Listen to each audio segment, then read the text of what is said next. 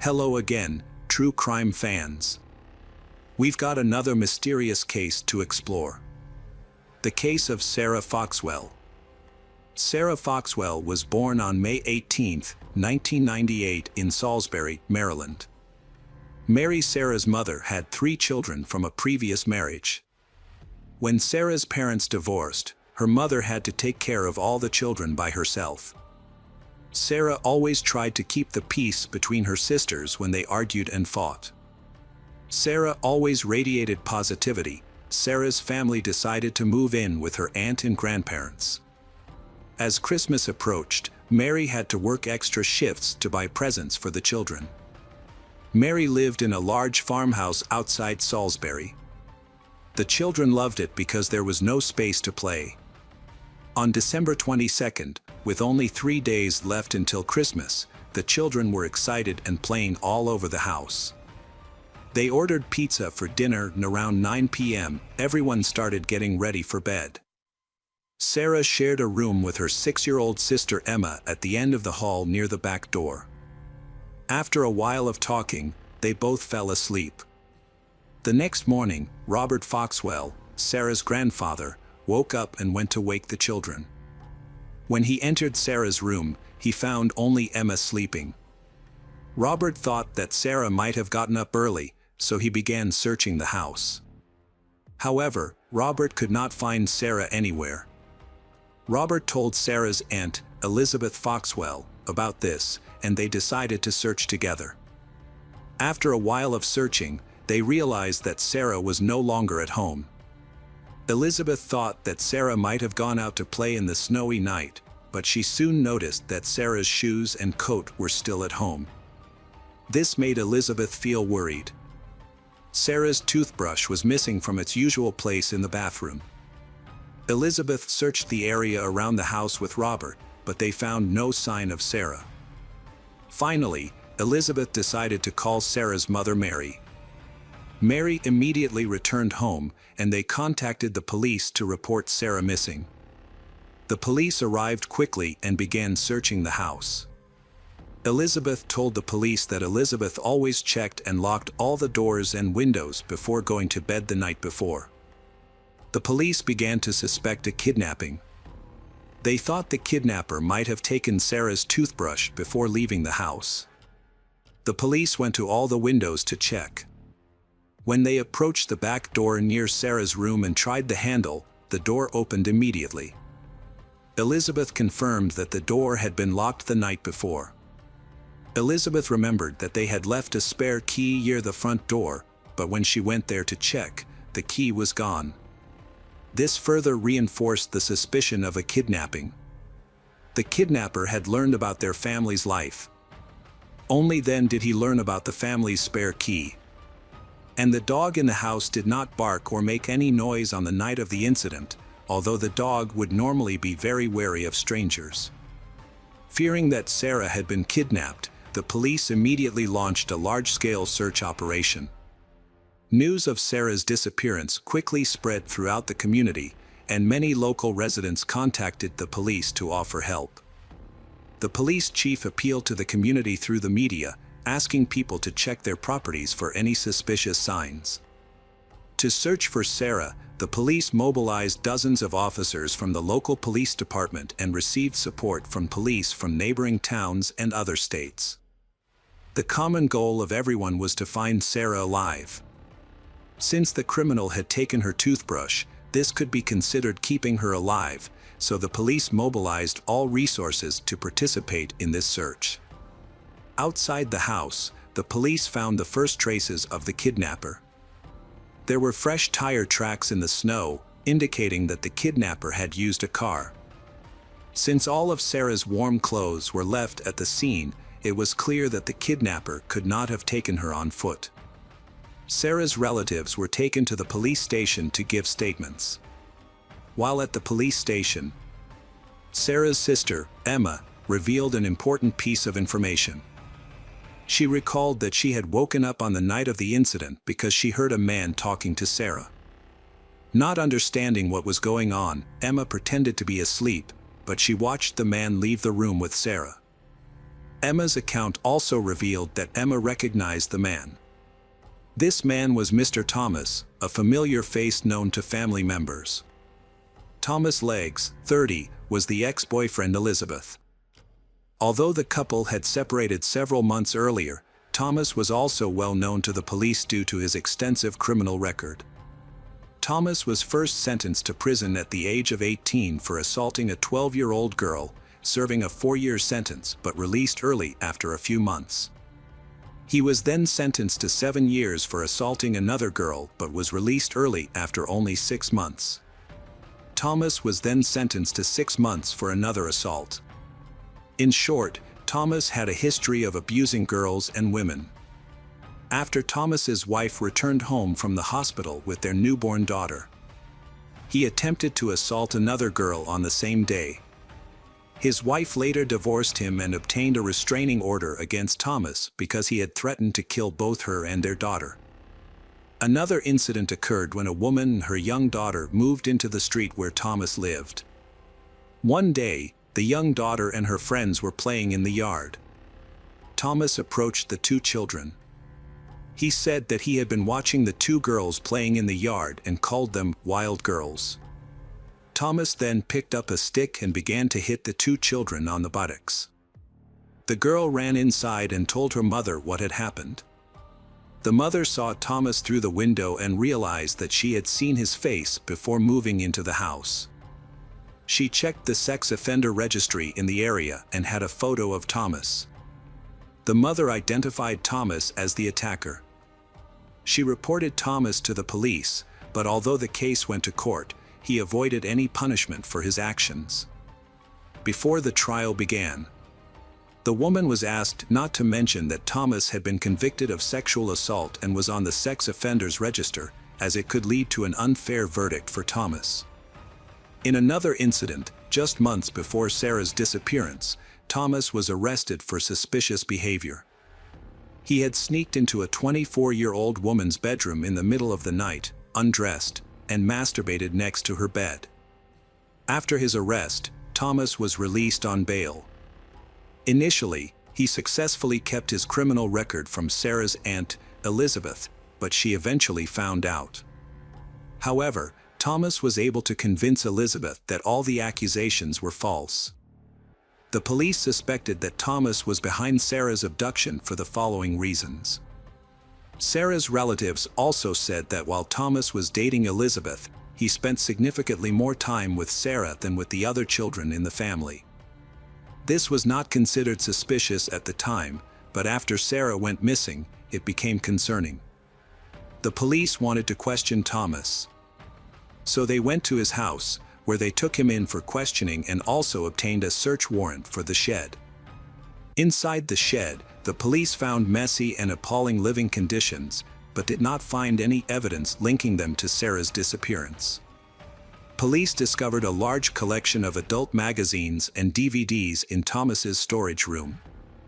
During questioning, Thomas repeatedly denied any involvement in Sarah's disappearance. Thomas said he tried to avoid being alone with children while dating Elizabeth. When asked about Emma seeing him on the night of the abduction, Thomas claimed that Emma often made up stories and that he was not there.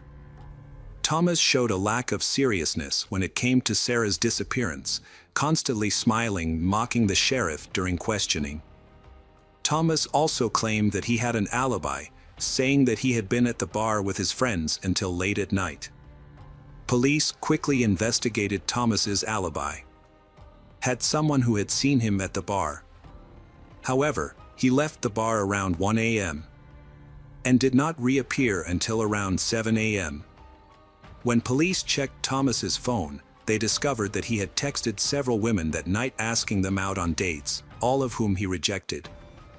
Although the search for Sarah was difficult, one reason the police continued to search was the hope that Sarah was still alive. So when the police searched Thomas's pickup truck, they found Sarah's green toothbrush and a large stick of gum. The police believed that Thomas may have used the stick of gum to get Sarah into his car. The tire tracks on Thomas's car matched the tire tracks left in the snow in front of Sarah's house the night she went missing. When police questioned Thomas about this, he claimed that he had not been to the house in over a month. In order to search for Sarah, hundreds of police officers and volunteers worked together to search a large area around Sarah's house. They searched through abandoned buildings, forests, ravines, and bodies of water. A canine unit with search dogs was also mobilized to help track Sarah's scent. In response to that information, helicopters provided aerial observation so as not to miss any areas. Many people came to the police station and volunteered to join the search. Because of bad weather and the approaching holiday, the search that day did not bring the desired results. However, no one was discouraged, and the search continued early the next morning. During the search, the number of volunteers did not decrease but increased significantly. In total, 3,000 people participated in the search. Meanwhile, the police collected more evidence implicating Thomas in the kidnapping. Immediately after bringing Thomas to the police station, he was given a new set of clothes and his clothes were sent to the laboratory. Experts discovered strange DNA on Thomas's underwear and compared it with Sarah's DNA sample taken from her belongings. The results showed that the two DNA samples were a perfect match. Based on the discovery of DNA on Thomas's clothes, the police came to a conclusion. Thomas likely sexually assaulted Sarah after kidnapping her. On the second day of the search, there were still no results, and on Christmas morning, thousands of people continued to search for Sarah. Even though it was a holiday, no one gave up. Police focused their search on an area near the state line, about 8 miles from Sarah Elizabeth's aunt's house. The area was heavily wooded, prompting hundreds of people to search thoroughly in hopes of finding Sarah alive. However, the actual results were tragic. At around 4 p.m., police discovered Sarah's body lying on the ground near the state line. When medical experts began an autopsy, they determined that Sarah had been sexually assaulted and had signs of strangulation. Notably, experts found soil in Sarah's lungs, suggesting that her killer had attempted to drown her during the torture.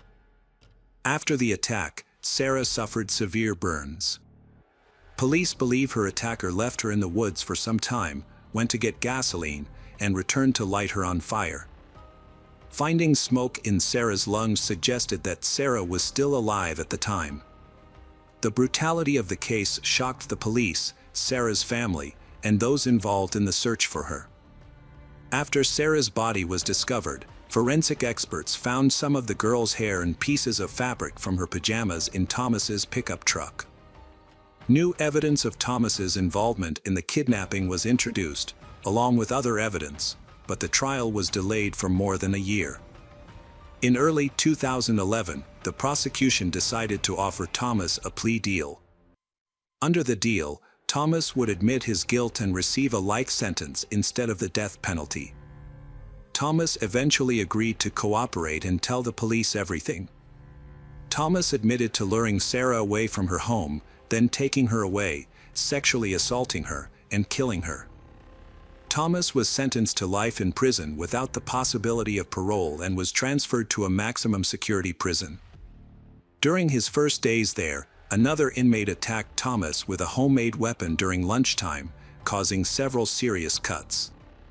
Thomas survived, and prison staff took extra protective measures to prevent other inmates from harming Thomas. Hey detectives! Welcome back. We've got another mysterious case to explore, the case of Angie Hausman. Angie Hausman was born on February 18, 1984, in St. Louis, Missouri.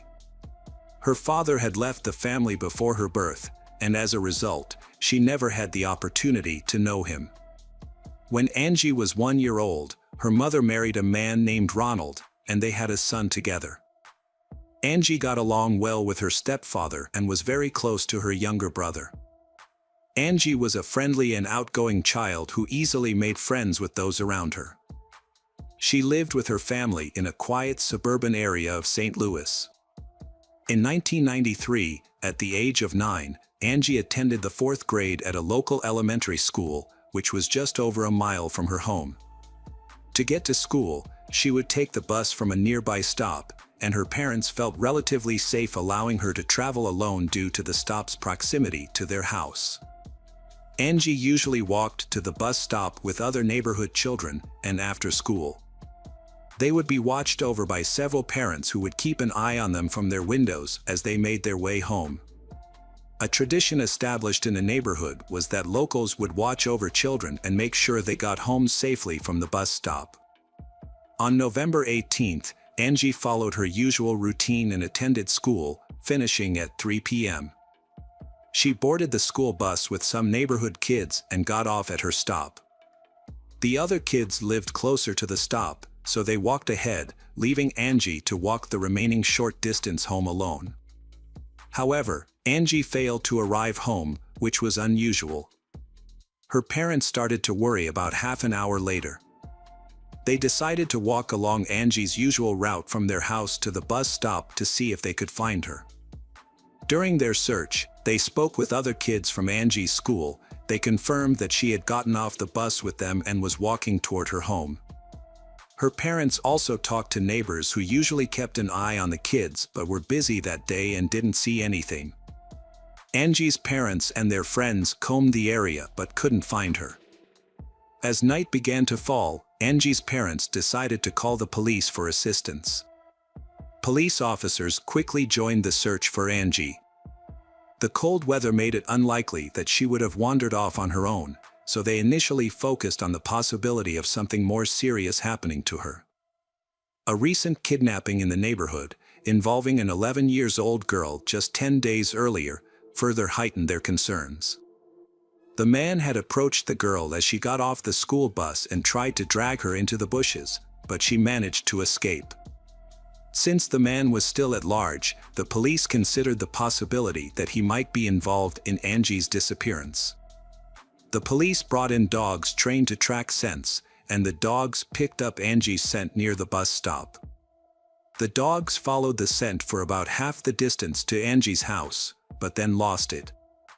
This suggested that Angie might have gotten into a vehicle at that point, which made the police think that she might have been abducted. The police also used helicopters with special sensors to search the area and looked along the banks of a small stream near Angie's home, but they did not find Angie or any of her belongings. The first day of the search for Angie yielded no results, prompting the police to reach out to the media for assistance. As a result, news of her disappearance spread rapidly throughout the city, generating over 300 calls to the police department within 24 hours. More than 20 additional officers were brought in to help handle the large number of new leads in the case. Despite this effort, none of the leads led to Angie's discovery. Detectives explored every possible scenario, and from the early stages of the investigation, they began to scrutinize Angie's stepfather. He denied any involvement in her disappearance and claimed he would never harm her. To clear his name, he agreed to a polygraph test and other checks, urging the police to focus on finding Angie rather than wasting time on him. The investigation also led to the discovery of Angie's biological father, who had never had any direct contact with his daughter. However, her mother reported that he had been seen driving past their house on multiple occasions, watching Angie play outside. Although this behavior raised suspicions among detectives, the man had a solid alibi that checked out. On the third day of Angie's disappearance, the FBI stepped in to assist the police department, which then allocated even more officers to the case. Everyone realized that something awful must have occurred to Angie, as it was unlikely she could have survived on her own in the freezing weather.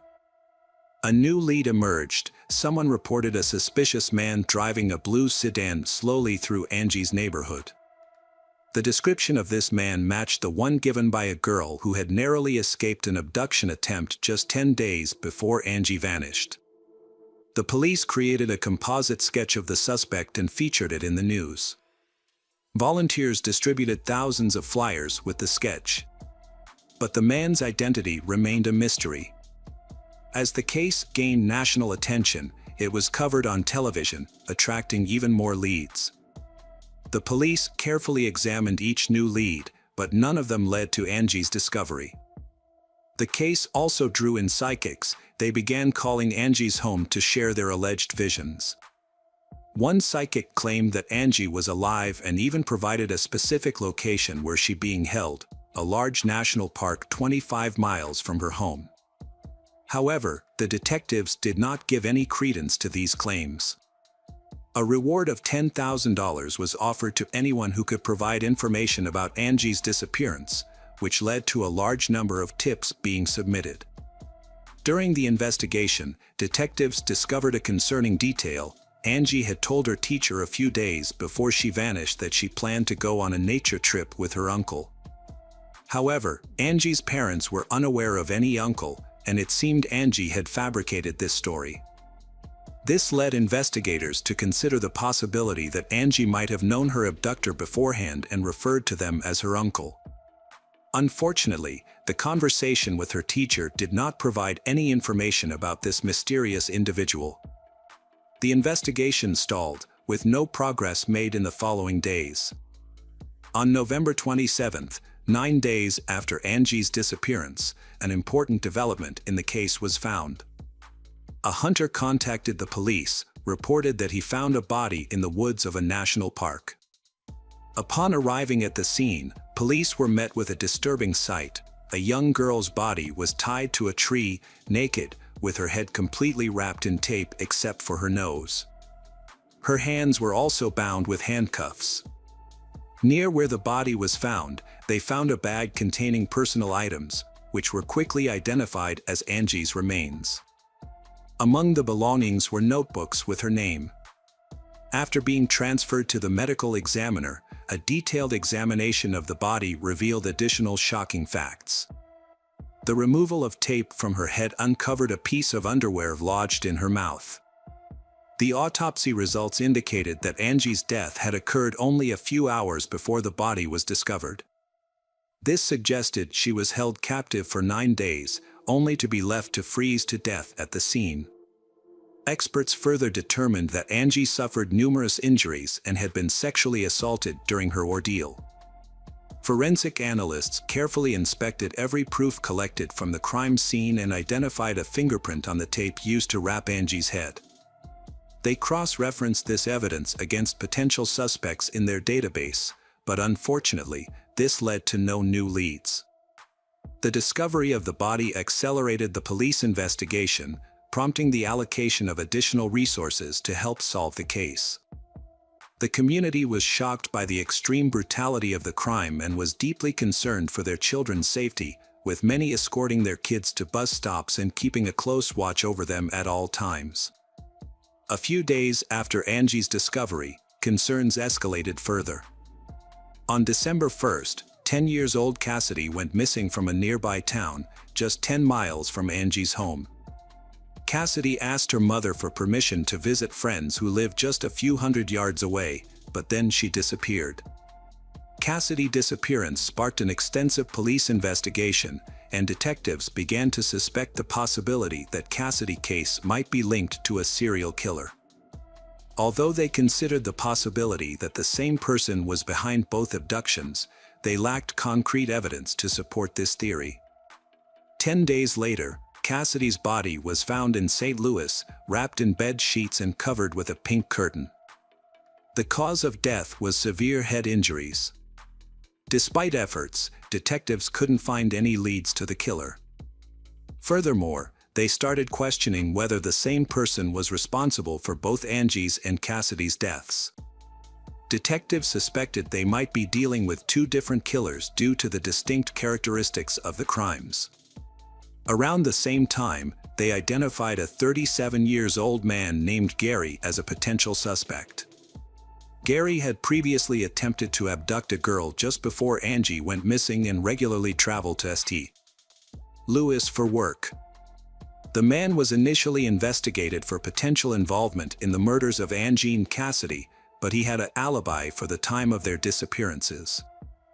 Although he was not connected to these crimes, he did admit to assaulting 4 other girls and was subsequently sentenced to 5 years in prison. In February of the following year, a significant development in the case was revealed when detectives finally found Cassidy's body. Nearby, They found tire tracks that were identified as coming from a pickup truck model frequently used by a prominent car rental company. The distinctive vehicles were easily recognizable due to their vibrant brand logos. With this new information, detectives interviewed residents in Cassidy's neighborhood, asking if anyone had seen one of these pickup trucks. One woman reported seeing a vehicle from the car rental company near her neighbor's house about a week after Cassidy's disappearance. Police found a woman who lived with her husband and brother at the house they were investigating. When questioned, the woman claimed neither she nor her husband, brother had rented the pickup associated with the crime, and they had no involvement in the case. However, detectives were skeptical of her claims and obtained a search warrant for the house. Upon searching the house, investigators found blood traces from the victim, Cassidy, in the basement, along with the murder weapon. Further investigation revealed that the woman's brother, Thomas, was the one who had rented the pickup in question. Initially, Thomas denied any involvement but eventually confessed when confronted with the evidence. According to Thomas's confession, Cassidy had come to his door, wanting to invite his nephews out to play. He invited her into the house and led her to the basement, where he attempted to assault her. When Cassidy screamed, Thomas struck her with a heavy object and then covered her body with bed sheets. After committing the crime, Thomas went to work as usual. Upon returning home, his sister told him that she had discovered the body in the basement. She made it clear that she didn't want to know the details of what happened and insisted that the body be disposed of immediately. Cassidy's body remained in the basement for a week due to ongoing searches, and Thomas was too afraid to move it. Once things had calmed down, he rented a pickup truck and took the body to St. Louis. He hid her body there. Thomas was eventually sentenced to death for his crimes but died in prison several years later due to illness. Despite being questioned about Angie's case, he maintained his innocence, leading detectives to conclude that the crimes were unrelated. The investigation stalled for many months with few leads coming in. Years after Angie's murder, detectives faced another challenge when the reward for information was set to expire, sparking concerns that the public would stop providing tips and assistance in the case. However, in 2001, a local businessman donated $250,000 as a reward for information on Angie's case. This large sum of money caused a spike in many information to the police. But unfortunately, there are no clues to help solve the case. In 2001, a new development emerged in the Angie Hausman case when Corey Fox, an inmate, turned himself in and confessed to multiple murders, including the murder of Angie Hausman. Corey Fox provided detailed information about Angie's abduction and captivity, including being tied to a tree, with her underwear used as a gag. However, upon further questioning, detectives found inconsistencies in his confession, such as incorrectly stating that Angie's hands were restrained with plastic handcuffs instead of iron ones. Further investigation revealed that Corey Fox also fabricated parts of his confession, possibly due to extensive media coverage of Angie's case. Another tragic case happened in 2002. The abduction and murder of a 6-year-old girl briefly sparked renewed interest in Angie's case. However, it was soon determined that the two cases were unrelated. The perpetrator in the 2002 case was a neighbor. He quickly confessed during interrogation, while Angie's case remained unsolved. Several years after Angie's murder, detectives reopened the case in 2007. They re-examined the documents and found a peculiar detail. A man named Roger Martin was in a parked car near the crime scene when Angie's body was discovered. When questioned, Roger claimed he was in the area for hunting, but a search of his car found no hunting gear. Further investigation revealed that Roger had a criminal record involving children, including an assault near the location where Angie's body was found. These crimes occurred before Angie's death, but the police had not thoroughly investigated Roger at the time. The new detective team called Roger in for questioning. He denied any involvement in Angie's murder, claiming he was in the area by chance. Roger stated that he was still at work when Angie's body was left at the crime scene. The investigation stalled after a 9-hour interrogation of Roger failed to yield results. Although his fingerprints were taken and compared to those on the tape from Angie's head, no match was found, leading to his release due to insufficient evidence. The case remained stagnant until 2018 when the St. Louis Police Department established a dedicated task force to re-examine the evidence using advanced technology. The team focused on 3 crucial pieces of evidence: the handcuffs, the tape from Angie's head, and the underwear used to silence her. Despite previous failed attempts to find the perpetrator's DNA on these items, the detectives were determined to try again.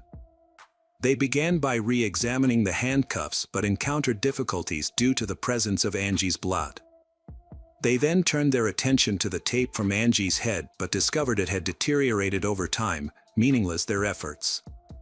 The investigators examined the underwear as a last resort, despite low expectations due to it being in Angie's mouth for several hours, which could have erased any foreign DNA. Using advanced technology, they thoroughly inspected every inch of the underwear and eventually found a tiny sample of unfamiliar DNA, sufficient for analysis. The DNA was confirmed to belong to a male and was immediately uploaded to the FBI database. In cases like this, it's common for the DNA not to match anyone in the database, requiring further efforts to identify the person. However, in this instance, the detectives got lucky. As soon as the DNA sample was uploaded, they received a match. The DNA belonged to 58-year-old Earl Cox, who had been in prison since 2003. Cox was not on police radar in connection with Angie's case, but he had a significant criminal record. His first stint in prison was in 1982, during his military service in Germany, where he worked as a part-time babysitter. However, his babysitting job ended when 4 girls accused him of sexual assault. Cox initially received an 8-year prison sentence in the United States but was released after serving only 3 years. Following his release, he relocated to St. Louis. However, his freedom was short-lived as he was arrested again 4 years later when 2 7-year-old girls accused him of sexual assault. Although the charges were eventually dropped due to lack of evidence, but he violated his parole, resulting in an additional year in prison. After his release in 1992, Cox moved to St. Louis to live with his relatives. The following year, he allegedly abducted and murdered Angie. In 2002, Cox was arrested again, this time for operating a major online platform where users shared child abuse materials. The FBI had been investigating the platform and caught Cox in a sting operation when he attempted to meet an undercover agent posing as a 14-year-old girl. Cox had planned to make the girl his slave and had sent her money for a bus ticket. However, when he arrived at the meeting place, he was met by armed FBI agents and arrested. A search of his computer revealed over 45,000 images of child abuse, as well as evidence that he was the mastermind behind the online platform. This led to the arrest of 60 more individuals associated with the site, marking one of the largest operations against pedophiles in the country. In 2003, Cox was sentenced to 10 years in prison. However, when his term ended, a judge used a legal loophole to keep him detained, citing him as a serious threat to children. He remained in prison until 2019, when his DNA sample matched the DNA sample from Angie's case. Detectives visited Cox in prison to discuss the match, but he denied any involvement and requested a lawyer. Given the strong DNA evidence against him, the police knew Cox's chances of winning in court were slim. Instead of pursuing a trial, investigators contacted Earl's lawyer with a proposal. In exchange for Cox's confession to Angie's murder, the prosecution would drop the death penalty and seek a life sentence instead. Aware of the strong evidence against him, Cox agreed to the deal. Detectives returned to the prison to hear Cox's account of the events. Although some parts of his story seemed unlikely, the crucial aspect for investigators was his admission to the murder. Cox claimed that on November 18, 1993, he was driving near his mother's and sister's neighborhood when his car broke down in the middle of the road. When he tried to examine the car, a school bus stopped, and several children got off. The children went into their homes, except for one girl, Angie. According to Cox, Angie approached him, and they briefly talked. He noticed she was cold, so he offered her a ride in his car, which she allegedly accepted. Cox then took Angie to Burger King to eat and later brought her to his home, where he claimed to have sexually assaulted her over several days. Eventually, Cox decided to get rid of Angie, taking her to the location where her body would later be found. He tied her to a tree, claiming she was still alive at that moment. Detectives were skeptical about certain parts of Cox's story. Angie was unlikely to get into a car with a stranger, given the short distance to her home. The investigators also questioned the car breakdown in Cox's story. He claimed the car stalled, but it started again when Angie approached. It's more likely that the perpetrator targeted Angie and decided to abduct her. This hypothesis seems more plausible than Cox's account. The detectives got what they needed, a confession to the murder. In August 2020, Cox was sentenced to life in prison without parole. A judge handed down the sentence. Unfortunately, Angie's mother didn't live to see justice served. She died of cancer in 2016. Angie's father, Ronald, told reporters that Cox was responsible for his wife's death and should have been tried for 2 murders. A woman's life was forever changed after the loss of her daughter. She lost all interest in life and eventually passed away. Cox's story, however, took a different turn. The prosecutor reopened a case involving the sexual abuse of 2 7-year-old girls, for which Cox had previously received a lenient sentence of 1 year in prison for violating his parole. The police reached out to one of Cox's victims, now an adult, and asked her to testify against him. Cox ultimately admitted to his crimes and was given an additional 10 years prison sentence.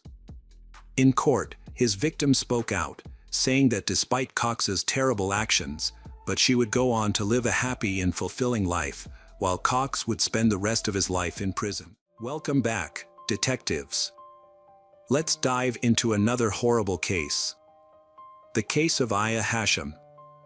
The Hashim family moved to the UK from Lebanon in November 2011, seeking a safer and more promising future.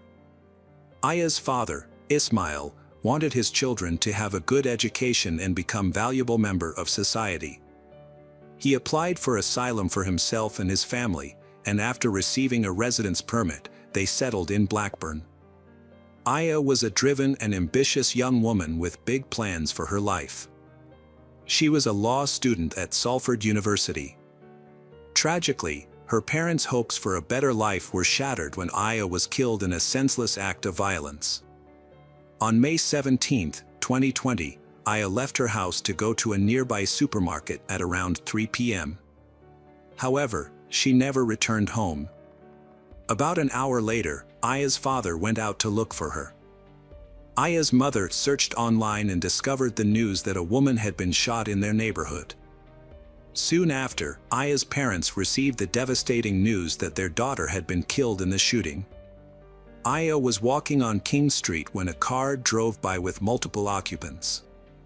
One of the individuals in the car fired 2 shots, one of which fatally hit Aya. 19-year-old Aya Hashim was fatally shot on King Street and died the same day despite medical efforts. The police do not think the incident was motivated by racism or religious hatred. Deputy Chief Terry Woods is seeking the public's help in gathering evidence. He asks anyone with dashcam footage or surveillance cameras to come forward if they have recordings of a green Toyota Avensis car or any suspicious activity. According to Deputy Chief Woods, Aya was an innocent bystander who was shopping for her family when she was accidentally caught in the crossfire. The shooting involved a green Toyota Avensis car. Witnesses report that 2 rounds were fired from the vehicle, and sadly, Aya was hit. Later that day, police discovered the Toyota Avensis car involved in the shooting abandoned near the scene of the crime. They also obtained CCTV footage of the incident. The footage shows that at 3:03 p.m. Aya is walking along the sidewalk. The Toyota mentioned earlier drives past her. The rear side window on the left is down. The shooter makes a fatal shot. The bullet goes through her and hits the pole. For ethical reasons, the police did not reveal footage of she falling to the ground. After reviewing the video recording, it's clear that there were at least 2 individuals in the car, the driver and the shooter. Following the shooting, the perpetrators quickly fled the scene and abandoned the vehicle on a nearby street. Within 2 hours, the police located the car and initiated a search for its owner. Aya Hashim was caught in the crossfire of a shooting incident that occurred near Khan's car wash. Following her death, the police launched a massive operation to apprehend the suspects, who had fled the UK, with the assistance of international law enforcement. 8 individuals were initially charged in connection with her death. Aya's death was ultimately determined to be a tragic accident. She was an innocent bystander. The shooting was actually a targeted attack on the owner of Khan's car wash, who was a competitor of Pharaoh Suleiman. It was Suleiman who allegedly hired a hitman to take out Khan, but the bullet mistakenly hit Aya instead. According to the video recording, at the time of the incident, Aya was standing a few feet away from a pole. The first bullet fired missed its intended target and hit something near a man, as evidenced by the splashing water. The key point here is that the shooter made a mistake. The person they aimed at was not the business owner, but rather an employee who was mistaken for Khan. During the second shot, Aya was positioned between the shooter and the employee. The bullet struck her in the left side of her chest, passed through her body, and then hit the pole.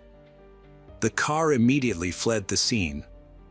The car wash owner, Khan, witnessed Aya falling to the ground and rushed to her aid, calling emergency services in the process. He described the events, stating that he had seen the car and the gun, and then the assailant sped away. According to him, they returned and started shooting, aiming the gun at him, which left him confused. To better understand the crime, let's examine the roles of the individuals involved. We'll start with the mastermind, Pharaoh Suleiman. Pharaoh Suleiman was a successful businessman with a loving family. Suleiman owned a thriving tire shop that had gained significant popularity over time. The business provided him with a substantial income, enabling him and his family to live a comfortable life. He was also active on social media, frequently sharing photos of himself driving expensive cars, giving his followers a glimpse into his life. When his business began to decline, he devised a plan to eliminate his competitor, Khan. Despite being a potential suspect due to his motive, Suleiman went ahead with the plan. He enlisted the help of Ayaz Hussein, Zamir Raja, and Anthony Ennis. The perpetrators conducted a surveillance mission the day before the crime, driving near the car wash to inspect the area. Additionally, Abu Bakr Saisha purchased the Toyota used in the crime with money provided by Suleiman. Kashif Manzoor ensured the car was in working condition by performing technical checks and addressing any malfunctions. Uthman Saisha and his girlfriend, Judy Chapman, played a supporting role in the crime. They drove the shooter and driver to the location of the Toyota in their Ford Fiesta and then picked them up after the crime was committed, they abandoning the Toyota on a nearby street. According to the inquest, at 1:14 p.m., Judy Chapman and Uthman Saisha picked up Raja and Ennis from Bolton and drove them 13 miles to Blackburn, where the Toyota was parked. Kashif Manzoor made sure the Toyota was ready as all 4 men drove to Blackburn. However, when they stopped a couple of miles from the car wash, the Toyota wouldn't start due to a dead battery. Manzoor jumped the battery using another car's battery and some wires. With the car started, Manzoor handed it over to Raja and Ennis, then returned to the service station where Suleiman was waiting, watching from a front row seat to see what would happen. The Toyota approached the corner with its windows rolled down. Ennis and Raja circled the block several times, waiting for the perfect moment to act. They needed to be on the same side of the street as Khan's car wash. Meanwhile, Manzoor and Suleiman were observing the situation unfold. On the fourth pass by the car wash, the Toyota slowed down. Coincidentally, Khan was on the street at that exact moment. However, the shooter, Zamir Raja, made a mistake and fired the first shot at a different employee, not Khan. Fortunately, the first bullet missed its target. But the second bullet hit Aya. Following the shooting, Raja and Ennis fled the scene, abandoning their vehicle and getting into a car with Judy Chapman and Uthman Sesha, who drove them away from Blackburn. When police reviewed the video of Suleiman's store, Ayaz Hussain entered the store. Suleiman signaled to the others who were aware of the incident to leave the room and go to the second floor. Abu Bakr Sesha, who had bought the Toyota involved in the crime, was sitting behind them. When Abu Bakr Sesha overheard the police radio mention that the perpetrator's car had been found, he immediately got up to discuss something with Suleiman. 9 days after Aya's murder, Zamir Raja, the shooter, fled to Portugal and met Anthony Ennis, the driver of the Toyota, at Lisbon airport. Both men had escaped the country. Meanwhile, the police were arresting the individuals involved in the crime. Pharaoh Suleiman, the mastermind, was arrested on May 18, the day after Aya's murder. Abu Bakr Sesha was arrested on May 19, and Judy Chapman and Uthman Sada were arrested on May 20. Ayaz Hussain and Kashif Manzoor were arrested on May 21. Zamir Raja, who had hoped to return to England without being detected, was arrested at a London train station on June 6. Anthony Ennis was caught in Spain on July 4 and extradited to the UK. Aya Hashim was murdered and Khan, the owner of a car wash, was nearly killed in a violent crime. Several suspects were charged, and at first, all of them denied any involvement. However, as the investigation continued and the pressure mounted, their stories began to contradict each other as they tried to downplay their roles in the crime. As the suspects' testimonies became more inconsistent, they started to turn on each other, revealing crucial details about the crime to the police. Each suspect tried to avoid a long prison sentence by blaming the others. On August 5, 2021, the court delivered its verdicts, resulting in severe sentences for all those involved. Pharaoh Suleiman, who had a prior conviction for a fatal hit-and-run incident in 2001, received a life sentence with a minimum term of 34 years. Raja, the shooter, was also given a life sentence with a minimum term of 34 years. According to reports, he was paid $500 for his involvement in the crime. The driver, Anthony Ennis, was sentenced to life imprisonment with a minimum term of 33 years. Ayaz Hussain, who orchestrated the crime, received a life sentence with a minimum term of 32 years. Abu Bakr Sesha, who bought the getaway car, will serve at least 28 years. Uthman Satatya, who arranged for the shooter and driver to be transported, will also serve at least 28 years, and Kashif Manzoor, who made sure the car was working on the day of the crime, will serve at least 27 years. The judge was critical of the defendants, stating that they showed no regret for their actions after the shooting. Instead of taking responsibility, they tried to deceive and manipulate their way out of trouble. When that failed, they turned on each other in an attempt to save themselves. Judy Chapman was found guilty in October 2021 of involuntary deprivation of life. She was given a 15-year prison sentence for driving the car involved in the crime. However, investigators have since discovered that other individuals were involved in the crime. This was revealed through analysis of communication between the convicted parties. Louis Otway, a 42-year-old from Manchester, was sentenced to life in prison on May 5, 2023, with a minimum term of 32 years. During his trial, evidence revealed that Otway acted as an intermediary between Oz Hussein, Zamir Raja, and Anthony Ennis. Specifically, he assisted Hussein in committing a crime. Another person, Banbridge, was also involved in the case. She was the 10th person to be found guilty. Prosecutors said that Banbridge met with Raja and Ennis in Bolton, took their phones, and turned them off. Then, she drove to Trafford and turned the phones back on in different locations, making it seem like Raja and Ennis were in Greater Manchester, not Blackburn, when a shooting happened. This was done to create a fake alibi for the two men. Banbridge, 32, admitted to conspiracy to pervert the course of justice and was sentenced to 23 months in prison on August 11, 2023. This was the last conviction in the case of Aya Hashim. Hello friends, welcome to our channel. Today we're going to take a look at another horrible case with you. The case of Karen Buckley. Karen Buckley, a 24-year-old student, went missing after a night out with friends at a nightclub on April 11th. Born in 1991 in Cork, Ireland, Karen was the youngest child and only daughter of John and Marion Buckley. Growing up, Karen was known for her kind and caring nature, always willing to lend a helping hand. This trait greatly influenced her career choices. After graduating from St. Mary's Secondary School in Mallow, Karen pursued a degree in nursing at the University of Limerick. Her interest in occupational therapy eventually led her to Glasgow, where she enrolled in a master's program at Caledonian University. Karen arrived in Glasgow in January 2015 and moved into an apartment with 3 other female students who were also new to the area. On April 11, 2015, Karen and her flatmates went to a nightclub about 2 kilometers from their apartment. They arrived around 11:45 p.m. and had a great time.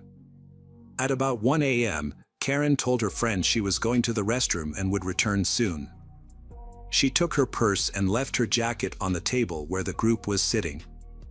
Her friends continued to enjoy themselves while Karen was away.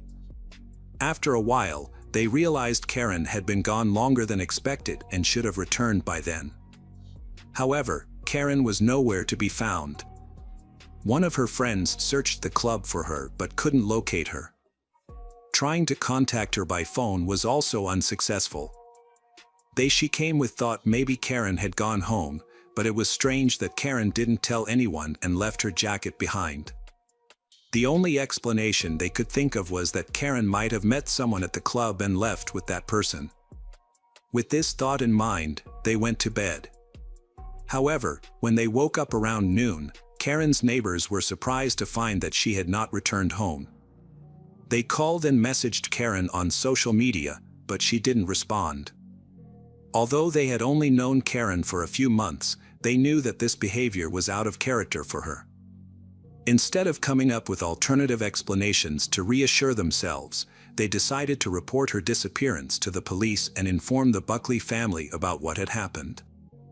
The Scottish police acted swiftly to find Karen, and her disappearance was publicized in the media. Her parents urged anyone with information to come forward. Meanwhile, detectives reviewed footage from the club's cameras and found evidence of Karen interacting with a mystery man. Within 36 hours, on April 13th, the man was identified as 21-year-old Alexander Pacto and was brought in for questioning. He confirmed that he had met Karen at the club and they had gone to his apartment on Dorchester Avenue, about 3 kilometers away. Alexander also revealed that they had been intimate. Around 4 a.m., Karen decided to leave Alexander's apartment and head home, despite his invitation to stay until morning. Alexander mentioned that during their intimate encounter, Karen accidentally hit her head on the bed corner, resulting in an injury and leaving blood marks on the sheets. The police reacted ambivalently to this information.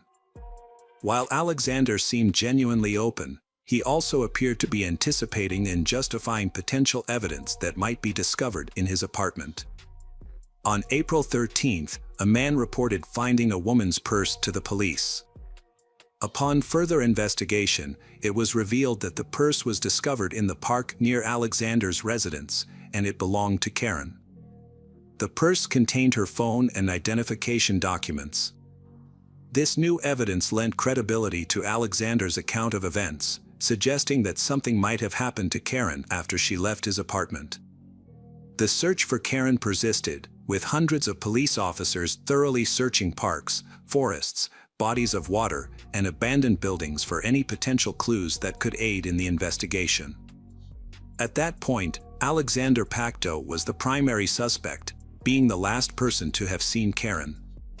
However, investigators kept his identity confidential and did not disclose any information about him. 2 days after Karen went missing, police entering Alexander's apartment with a search warrant, police were immediately struck by the strong smell of bleach.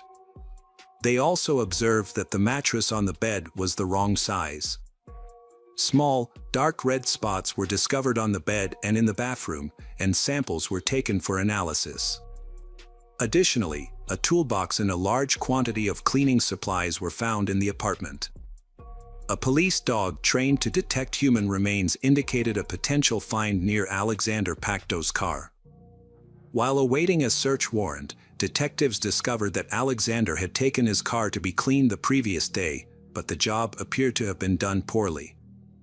Upon searching the vehicle, investigators found small, dark red spots on the inside of the passenger door and sent samples to the lab for analysis. As the investigation progressed, suspicions mounted that Karen might not be alive, but the search for her continued unabated. After journalists uncovered the suspect's identity, a photo of Alexander Pacto appeared on the front page of a local newspaper the following day.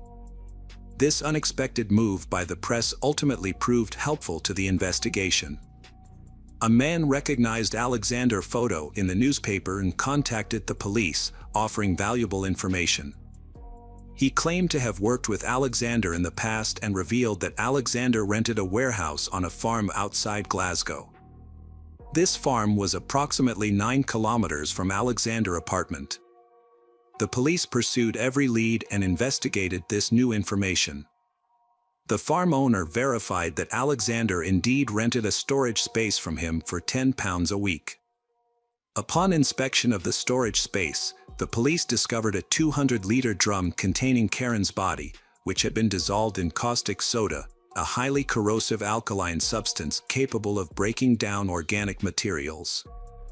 They also found a bonfire with remnants of a mattress that Pacto had attempted to burn. On the same day, April 15th, the suspect in Karen Buckley's case was arrested. Faced with substantial evidence, Alexander admitted to taking Karen's life, but claimed it was in self-defense. Police reconstructed a timeline of events based on evidence and Alexander's testimony. On the night of April 11th to 12th, Karen left the club around 1 a.m. The reason for her departure remains unclear. Her friends reported no argument, stating Karen said she was going to the bathroom and would return. It is also unclear why Karen left her jacket behind, even if she had decided to go home. Officers investigating the case reviewed 1,900 hours of surveillance footage. One recording showed Karen encountering Alexander after leaving a club. They walked together towards his car, where it's believed he offered to drive her home. However, once inside the car, Alexander attacked Karen. He struck her 14 times on the head with a large wrench, resulting in her death. Investigators found dark red stains in the car, bathroom, and on Alexander's bed, later confirmed as Karen's dried blood. After disposing of her body, Alexander planned his next moves, starting with getting rid of Karen's purse, which was later recovered and given to the police. Around 2 a.m., he returned home and did something that shocked the detectives. He took the Karen out of the car and carried it into his apartment. Later, at 8 a.m., he used his phone to search online for information about caustic soda. He then visited a shopping center where he purchased 6 liters of caustic soda, a respirator mask, and gloves at 9:42 a.m. To get rid of Karen's body, Alexander realized 6 liters of caustic soda wouldn't be enough. He bought more from another store on his way home and put the body in the bathtub. However, since his neighbor would return home around 8 p.m. and he wouldn't have enough time, he wrapped the body in a blanket and hid it in his bedroom. The next day, April 13th, Alexander threw a wrench into the River Clyde, later found by divers. He then visited a nearby shopping center, about 1.5 miles away, where he sought a consultant's advice on a product that could remove bloodstains from a mattress. He also purchased 2 padlocks that day. He took Karen's belongings to a farm and burned them. Then, he bought a barrel and took it to a rented warehouse. There, he poured in caustic soda and locked the gate with 2 new padlocks. Later that day, at 6 p.m., police visited his home and took him in for questioning. Alexander confessed to his crime, but his motive was unclear. He claimed he killed Karen in self-defense during a car argument, but investigators did not believe him. They thought he was trying to justify his actions. Police suspected that Alexander killed Karen to cover up another crime and then got rid of her body. However, the body was too decomposed to determine if Karen had suffered violence before dying. In September 2015, Alexander Pacto was found guilty and given a life sentence with the possibility of parole after 23 years. Through his lawyer, he apologized to Karen's family and expressed remorse. Alexander told his lawyer that he was too drunk on the night of the incident to remember why he killed Karen. If he had not pleaded guilty, he would have been eligible for parole in 25 years instead of 23. Welcome back, detectives. Let's dive into another horrible case. The case of Carol Maltesi. Carol Nicole Maltesi was born on September 19, 1995, in a small province in Italy, to parents Fabio and Josephine. Her mother was of Italian descent, while her father had Dutch heritage. When Carol was just 4 years old, her parents divorced, and she remained with her mother. Her father moved back to the Netherlands, where he remarried and had more children. Despite her father's lack of support, Josephine chose to stay in Italy and raise Carol on her own. Carol and her mother lived in a small community called Sesto Kenda. Her mother worked multiple jobs to provide Carol with a good education and opportunities for a better life. As a result, Carol grew into a beautiful, kind, and sociable young woman with many friends and an easy rapport with others. She was an active schoolgirl who participated in sports, such as horseback riding, and regularly attended a dance studio. Carol was fluent in 3 languages, loved traveling across Europe, and was an avid reader who could engage in conversations on a wide range of topics. As Carol entered her teenage years, she had many admirers and enjoyed being the center of attention. After completing her secondary education, Carol enrolled in a technical university to study industrial design, arts, and fashion. During her freshman year, Carol discovered she was pregnant after developing a romantic relationship with a young man studying architecture and design. The pregnancy was unexpected, and both Carol and her father were unprepared. Despite the challenges, Carol decided to keep the baby. In 2016, Carol, then 20 years old, gave birth to a son. The arrival of the baby significantly impacted her life. Due to financial constraints, she had to leave school to support themselves and their child. She relocated to Verona in search of better opportunities to provide for their family. Carol found employment as a sales consultant in a cosmetics and perfume retail chain when her son was 1 year old. Meanwhile, her boyfriend worked on projects from home and took care of their son. However, in mid-2019, Carol's life took another turn when she fell in love with Angelo. They began a passionate affair, secretly meeting in hotel rooms and exchanging messages at night. The affair lasted for about 6 months, during which they tried to spend as much time together as possible. But just before the new year, Carol's boyfriend discovered her infidelity and decided to end their relationship.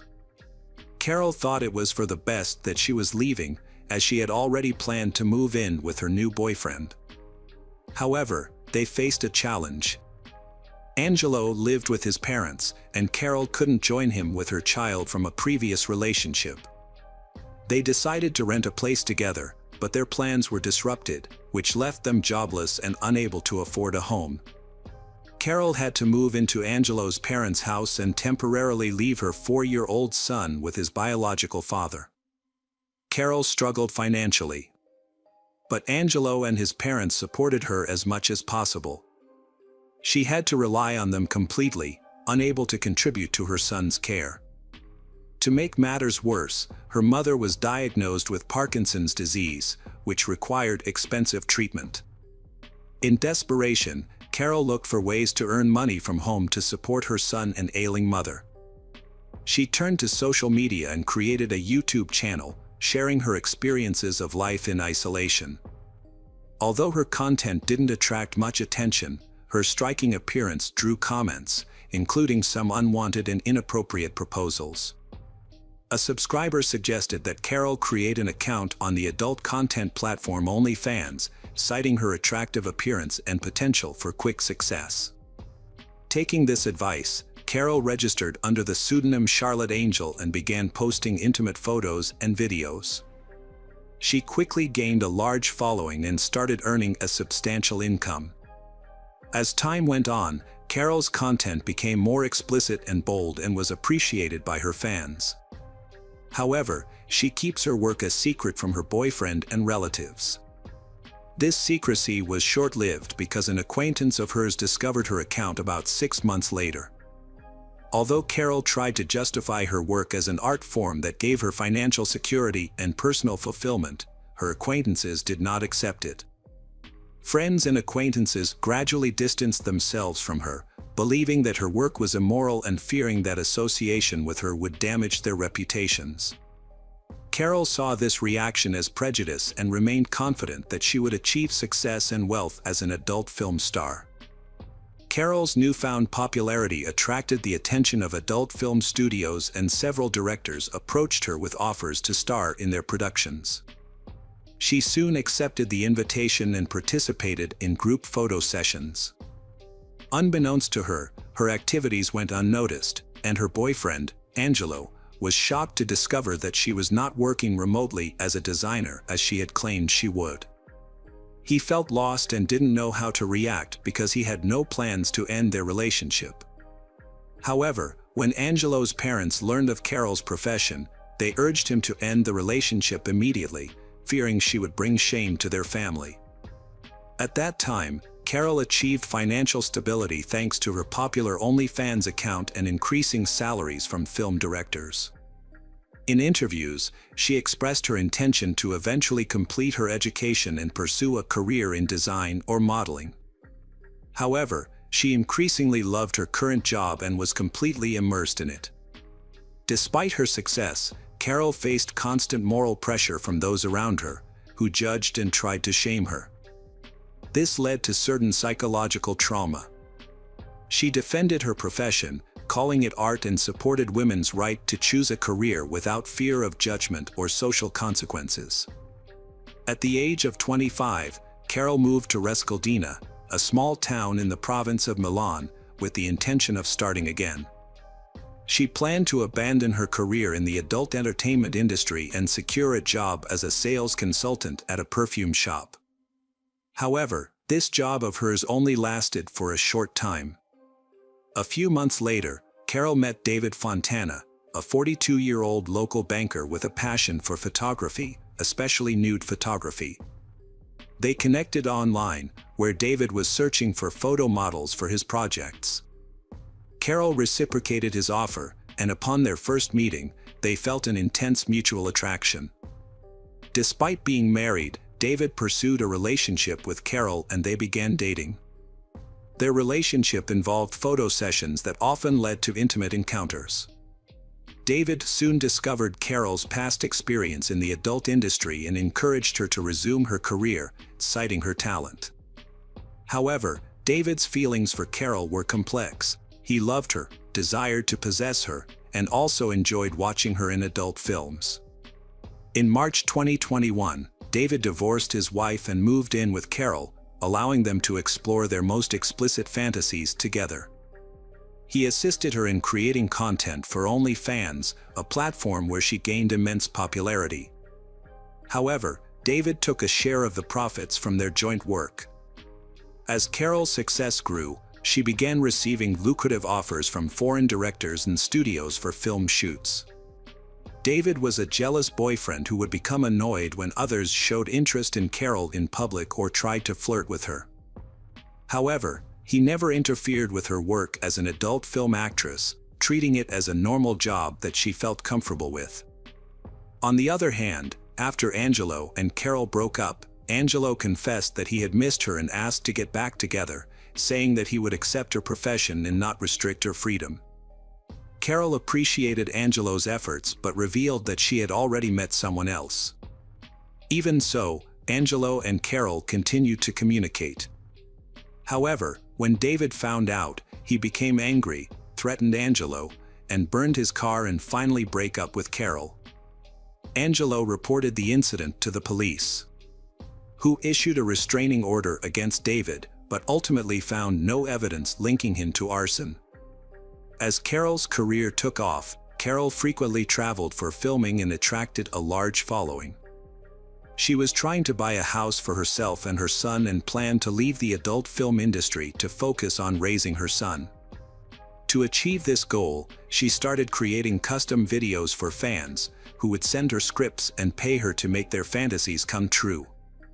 This idea brought high profits to Carol.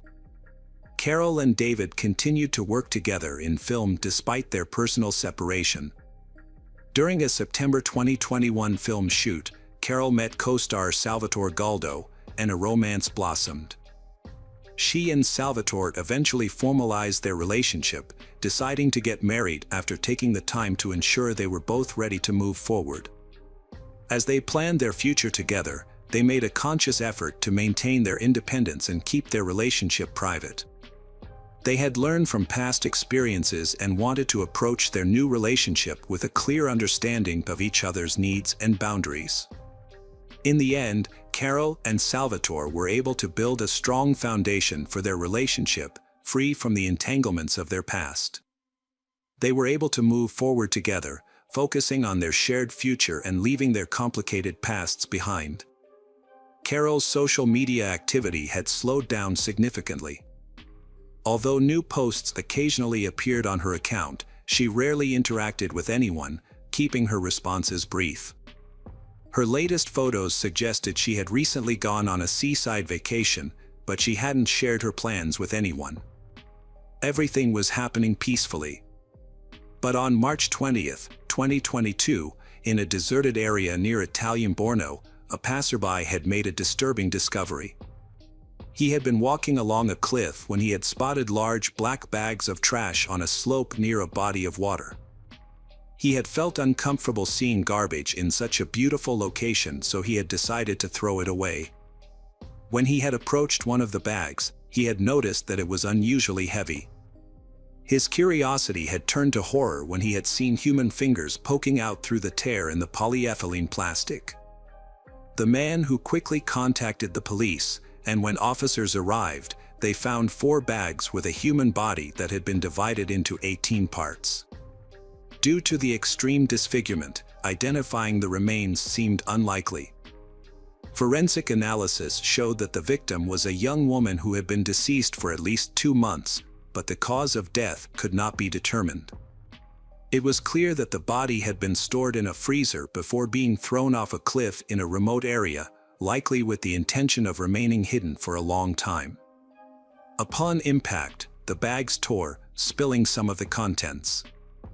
The perpetrator had attempted to conceal the victim's identity by removing any distinctive features, such as tattoos, although damaged remnants of these tattoos still existed.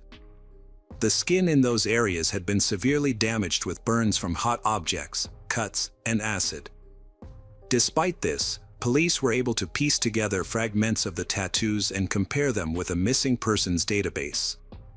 A breakthrough came when a news report about the body was broadcast. asking anyone who might recognize the described features to come forward. Shortly after, a woman who worked in adult films visited the police station and identified the tattoos as belonging to a colleague who had disappeared in early January. The actress knew the deceased as Charlotte, but did not know her real name. This new information was crucial, as it allowed police to establish the victim's identity and real name. Once her identity was known, it was revealed that she had become engaged to Salvatore Galdo, a colleague, shortly before her disappearance. However, Galdo had not reported his fiancée missing, which raised suspicions. He was detained as the first suspect, but he appeared genuinely distraught over his fiancée's death and puzzled as to why he was under suspicion. According to Salvatore, he had been in regular contact with his fiancée through messaging apps and social media, and he had proof of their correspondence.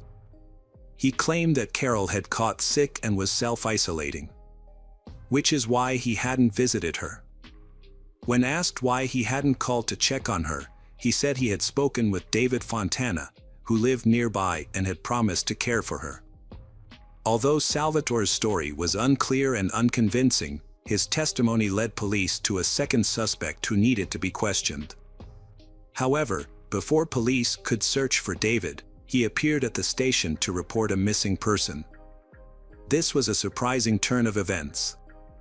David had not been following the news and did not expect the body to be found so quickly. When he learned that Carol's body had been discovered and identified, he became worried. But when Salvatore was arrested, David realized the police would likely find him, as he had communicated with Salvatore by phone and fabricated a story about taking care of Carol while she had sick. When questioned, David appeared nervous and gave conflicting accounts of his relationship with Carol. He claimed he and Carol were close, but they had not seen each other in months and she had suddenly stopped contacting him. After hours of questioning, David finally cracked under the pressure and began confessing that he had accidentally killed Carol, claiming it had happened in early January during a filming session for a client who had paid a large amount of money. The script had called for him to tie and gag Carol, put a bag over her head, and brutally beat and torture her with tools, including a hammer. David and Carol had agreed that David wouldn't hit her too hard, but she would act like she was in a lot of pain. However, David claimed he had accidentally delivered a hammer blow and fractured her skull. When he removed the bag, he saw that she was about to die, but instead of seeking medical help, he had decided to end her suffering with one last blow of the hammer.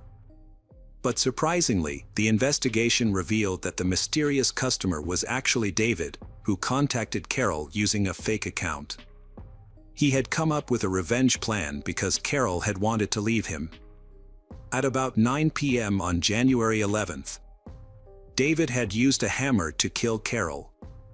The next day, he had bought a large freezer using Carol's credit card, as well as a saw and axe from a hardware store, which he had used to dismember her body.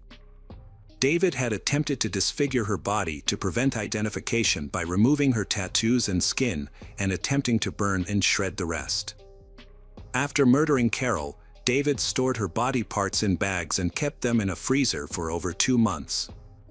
During this time, he deceived her relatives and friends by communicating with them through her phone and social media accounts, creating the illusion that she was still alive.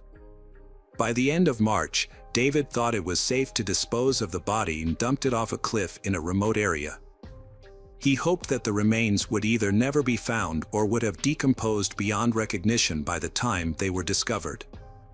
However, the body was found just 2 days later, and authorities tracked David down within a week. The most puzzling aspect of the case is that none of Carol's relatives or friends reported her missing, despite her disappearance occurring nearly 3 months prior. They were all convinced by the messages and social media posts David had created, and even her fiancé, who thought she was ill, didn't become alarmed when she failed to answer his calls or visit him. If someone had raised the alarm, David would have been tracked immediately through the signal from Carol's phone, which he had kept with him the entire time. At the trial, David expressed remorse and claimed he loved Carol, stating that her death was unintentional. He also said he had planned to end his own life after her death, unable to cope with the grief. Although this statement seemed implausible, the defense maintained that the incident was an unintentional act of violence. On June 12, 2023, David was found guilty of manslaughter. He was sentenced to 30 years in prison and ordered to pay compensation to Carol's son, Carol's mother, and the father of Carol's child, totaling €350,000. Notably, the court did not consider the manner of the killing to be cruel, and the dismemberment of the body was not deemed an aggravating factor. As a result, David may be eligible for parole in the future. Hi there, investigators. It's time to uncover the truth behind another case. The case of Jake Wagner. Hannah Mae Roden, 13, and Edward Jake Wagner, 18, met at a dance and quickly became lovers. As a result, the Roden and Wagner families began to spend time together, sharing weekends and parties, and Hannah Mae and Jake's love continued to grow. When Hannah Mae turned 15 years old, she revealed that she was pregnant. Jake was delighted with the news and hoped his family would be too. The Wagner family placed great emphasis on tradition and family lineage, and they adored children, viewing them as a continuation of their traditions. In fact, they often passed the name down from generation to generation, as seen in Jake's family, with his father being George Wagner III and his brother George Wagner IV. On the other hand, the Roden family had a more practical approach to family life. Even though they were divorced, Christopher Roden Sr. and Dana Roden remained close and devoted to their 3 children, prioritizing their happiness above all else. Unlike the Wagner family, the Rodens lived modestly, with Christopher working odd jobs and Dana as a nurse's assistant. Despite economic limitations, the Roden family instilled strong traditional values in their children, including Christopher Jr., Hannah Mae, and Clarence, Frankie. The family was overjoyed when Hannah Mae gave birth to a daughter named Sophie, and they threw a big party. However, when Jake asked Hannah Mae to move in with him and his family, she refused. She became increasingly wary of Jake due to his increasingly controlling and aggressive behavior. Hannah Mae was initially attracted to Jake's caring and thoughtful nature, but over time, she realized that Jake was trying to limit her independence. Jake's aggression repeatedly caused Hannah Mae's feelings for him to cool. Her refusal to move in with Jake created tension with him. Jake believed that Hannah Mae was preventing Sophie from growing up in a safe and healthy environment. Despite Hannah Mae's denials, Jake became increasingly controlling. Hannah Mae finally ended the relationship in March 2015, tired of Jake's aggressive behavior. At that point, the Wagner family wanted sole custody of Sophie. Jake had to put in a lot of effort to convince Hannah Mae to sign over custody of the children to him and his brother. However, Hannah Mae refused. In a heated exchange, Jake angrily sent a text message saying that if necessary, he would use force to gain custody of Sophie. This revelation confirmed the Wagner family's willingness to use coercion and intimidation to achieve their goals. To protect herself and her daughter from this unscrupulous family, Hannah decided to distance herself and raise her child alone. She chose to work as a nursing assistant, continued her studies, and took care of Sophie herself. The situation escalated when Hannah became pregnant again. Although Hannah confirmed that the child was not Jake's, he still had doubts and tried to discover the truth. In December 2015, Jake logged into Hannah's social media accounts but found no evidence of an affair. A trial ensued, involving repeated interactions between the Wagner family and Hannah. In one text message, Hannah asserted that the Wagner family would have to get rid of her before they could gain custody of Sophie. Jake shared this letter with his family, angering them. His grandmother, Rita Newcomb, 65, retaliated by forging an important custody-related document. During the custody trial for Sophie, Christopher Roden and George Wagner III had a heated argument. This incident caused a complete rift in the relationship between the two families. The Wagner family soon came up with a terrible idea. They believed that Hannah Roden was uncooperative and decided that the only solution was to eliminate her and the entire Roden family in order to gain custody of Sophie. By Christmas 2016, this twisted idea was the start of a terrible crime. While everyone focused on love and celebration during the holiday season, the Wagner family had other intentions. They held a family vote to decide whether to continue with their evil plan or not. After everyone agreed, they assigned each person roles and began preparing. The Wagner family spent 5 months researching the Roden family home, including surveillance cameras, daily habits, and work schedules of each Roden family member. Each member of the Wagner family was assigned a specific task. Angela Wagner purchased a communications blocking device and planned to secretly install it on the Roden family's phone to prevent anyone from being able to contact the police. George Wagner III offered to build a homemade silencer and handle transportation the night of the crime, securing a truck and not attracting attention. Meanwhile, Sophie was safe at home with Angela because the court had awarded Hannah and Jake joint custody of Sophie. The Wagner family chose the time when it was their turn to care for Sophie in order to keep Sophie safe. It was clear that the Wagner family had meticulously planned every detail to carry out a perfect execution. At approximately 8 a.m. on April 22, 2016, George Wagner III visited Christopher Roden under the pretense of offering Christopher a job opportunity that could improve his family's financial situation. However, the job offer was just an excuse to get into the house. A moment later, Christopher Roden Sr. opened the door. A while later, as usual, Bobby Jo Manley arrived at Christopher's house to take care of the Roden family's animals. While outside the house, she noticed someone was inside, which was unusual for that time of day. Every member of the Roden family usually went about their work and was not at home. However, when she entered the house, she found Christopher and his cousin Gary, 38, lying in a pool of blood. Horrified, Bobby grabbed the phone and called emergency services, reporting what she had seen and asking for assistance. Still shaking, Bobby went to other relatives' houses and knocked loudly on one of their doors. A 3-year-old boy, the son of Clarence Frankie Roden, appeared, and Bobby asked him where his parents were. However, the boy did not respond but just pointed towards the bed. When she entered the house, she witnessed another horrifying scene. Clarence and his wife, Hannah Hazel, lay motionless. Lying between them was their 6-month-old baby, still alive but covered in the blood of Clarence and Hannah Hazel. After Bobby's 911 call, police quickly arrived on the scene. As the officers approached the Roden property, a neighbor intervened, sensing worried.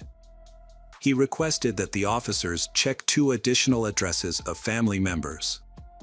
His concern was justified, as police found bloody bodies in the 3rd house. The victims were identified as Dana, 19-year-old Hannah Mae, and 16-year-old Christopher Jr. The attackers had spared Hannah's youngest child, a baby girl only a few days old. Later, another victim was discovered, 44-year-old Kenneth, the elder Roden's brother, who lived a 15-minute walk from the others. By 2 p.m., 8 victims had been identified: Christopher Sr., Dana, Clarence, Hannah Hazel, Christopher Jr., Hannah Mae, Kenneth, and Gary. The only survivors were young children, a 3-year-old, a 6-month-old and a 4-day-old newborn, along with 2-year-old Sophie, who was at the Wagner home at the time of the incident. After examining the bodies, police concluded that all the victims had been killed in their sleep by gunshot wounds. Detectives later reconstructed the events of that day. Christopher Sr. was awake when the attackers burst into the house, as evidenced by a wound on his right arm. Christopher Sr. attempted to defend himself but was hit with 9 shots to the head, torso, and limbs. In addition, 5 bullets were removed from Dana Roden's neck and head. The rest of the family died from gunshot wounds to the head. Gary was shot 5 times, Christopher Jr. 4 times, Clarence and his wife Hannah Hazel 3 times each, and Hannah Mae twice. Kenneth was the only one shot once. In total, the assailant fired 32 shots, with some shots fired after the victims were already dead. Some bodies also showed signs of physical abuse. Since no one in the area heard anything, investigators believe the perpetrators used silencers, indicating a carefully planned and executed act. It was clear that the victims were targeted, and someone wanted revenge on the entire Rhoden family. During the search, police found 5 Remington shell casings of different types and an unused bullet from a different gun model. The scale of the case shows that this was a case with multiple murderers. Leonard Manley, Dana's father, claimed that the criminals must have known the family well, or the dogs would have been barking loudly. The question of who committed this act kept police officers busy. The Attorney General's office provided over $20,000 for the Rhoden family's funeral. Rhoden family were buried in several stages. On April 28, 2016, Gary was the first to be laid to rest in South Shore, Kentucky. Hannah Hazel's funeral followed on May 1 in the village of Atway, Coteau County, Ohio. The remaining members were buried on May 3 in West Portsmouth, in the same county. Many local residents attended to pay their respects to the family. The surviving children were placed in the care of relatives. The neighborhood was gripped by fear. Police advised relatives of the victims to take precautions and warned all residents of Pike to stay their homes at night. The brutal mass murder outraged residents across the state, who demanded that the investigation's findings be made public and the perpetrators be caught as soon as possible. As part of the investigation, the murdered family's 3 homes had been investigated, followed by several more vehicles the following day. Forensic experts had participated in the investigation and had meticulously examined the homes, but no DNA evidence of the suspects had been found in any of the homes. Cameras had been installed in the houses, but they had not provided any useful information because they had been disabled. It seemed the culprit had planned every detail carefully, leaving no clues behind. However, detectives eventually discovered a key piece of evidence that had helped solve the case. An important detail was that marijuana plants were discovered at 3 crime scenes. At one location, around 200 plants were found. The police believed the cannabis was grown for sale rather than personal use. This led to speculation about the involvement of Mexican drug traffickers. However, the amount of cannabis found was too small to suggest an attack by an entire cartel. In January 2017, a close relative of the Rhoden family was arrested for drug trafficking. This was considered a coincidental circumstance. Leonard Manley stated that his daughter, Dana, had no involvement with the cannabis operations. Some family members confirmed that the older brothers, Christopher and Kenneth Rhoden, grew marijuana, but they were unaware of any large-scale cultivation. Specialized equipment for breeding chickens for fighting, as well as cages with roosters, were found at the Rhodens' house. However, it soon became clear that illegal cockfighting was not the cause of the homicides either. Months went by without uncovering the true motive behind the crime. On April 13, 2017, local authorities announced they lacked sufficient evidence to make any arrests. Nevertheless, Prosecutor Rob Yum stated the investigation was ongoing, suggesting they had some leads they were not yet ready to disclose. Another year had passed since the mass crime occurred, and its second memorial service went largely unnoticed. There was no coverage in the local press, and neither the sheriff or the prosecutor attended the memorial service. This led the community to believe that the investigation had stalled. However, on May 12, 2017, a special weapons and tactics team unexpectedly raided a home in Pike County, about 10 miles from the crime scene. Initially, they were searching for suspects, but it was later revealed that they were gathering evidence. Detectives also searched a house in Adams County that had once been owned by Jake Wagner, although he had sold it by then. The investigation took a dramatic turn on June 20, 2017, when the focus shifted to the Wagner family.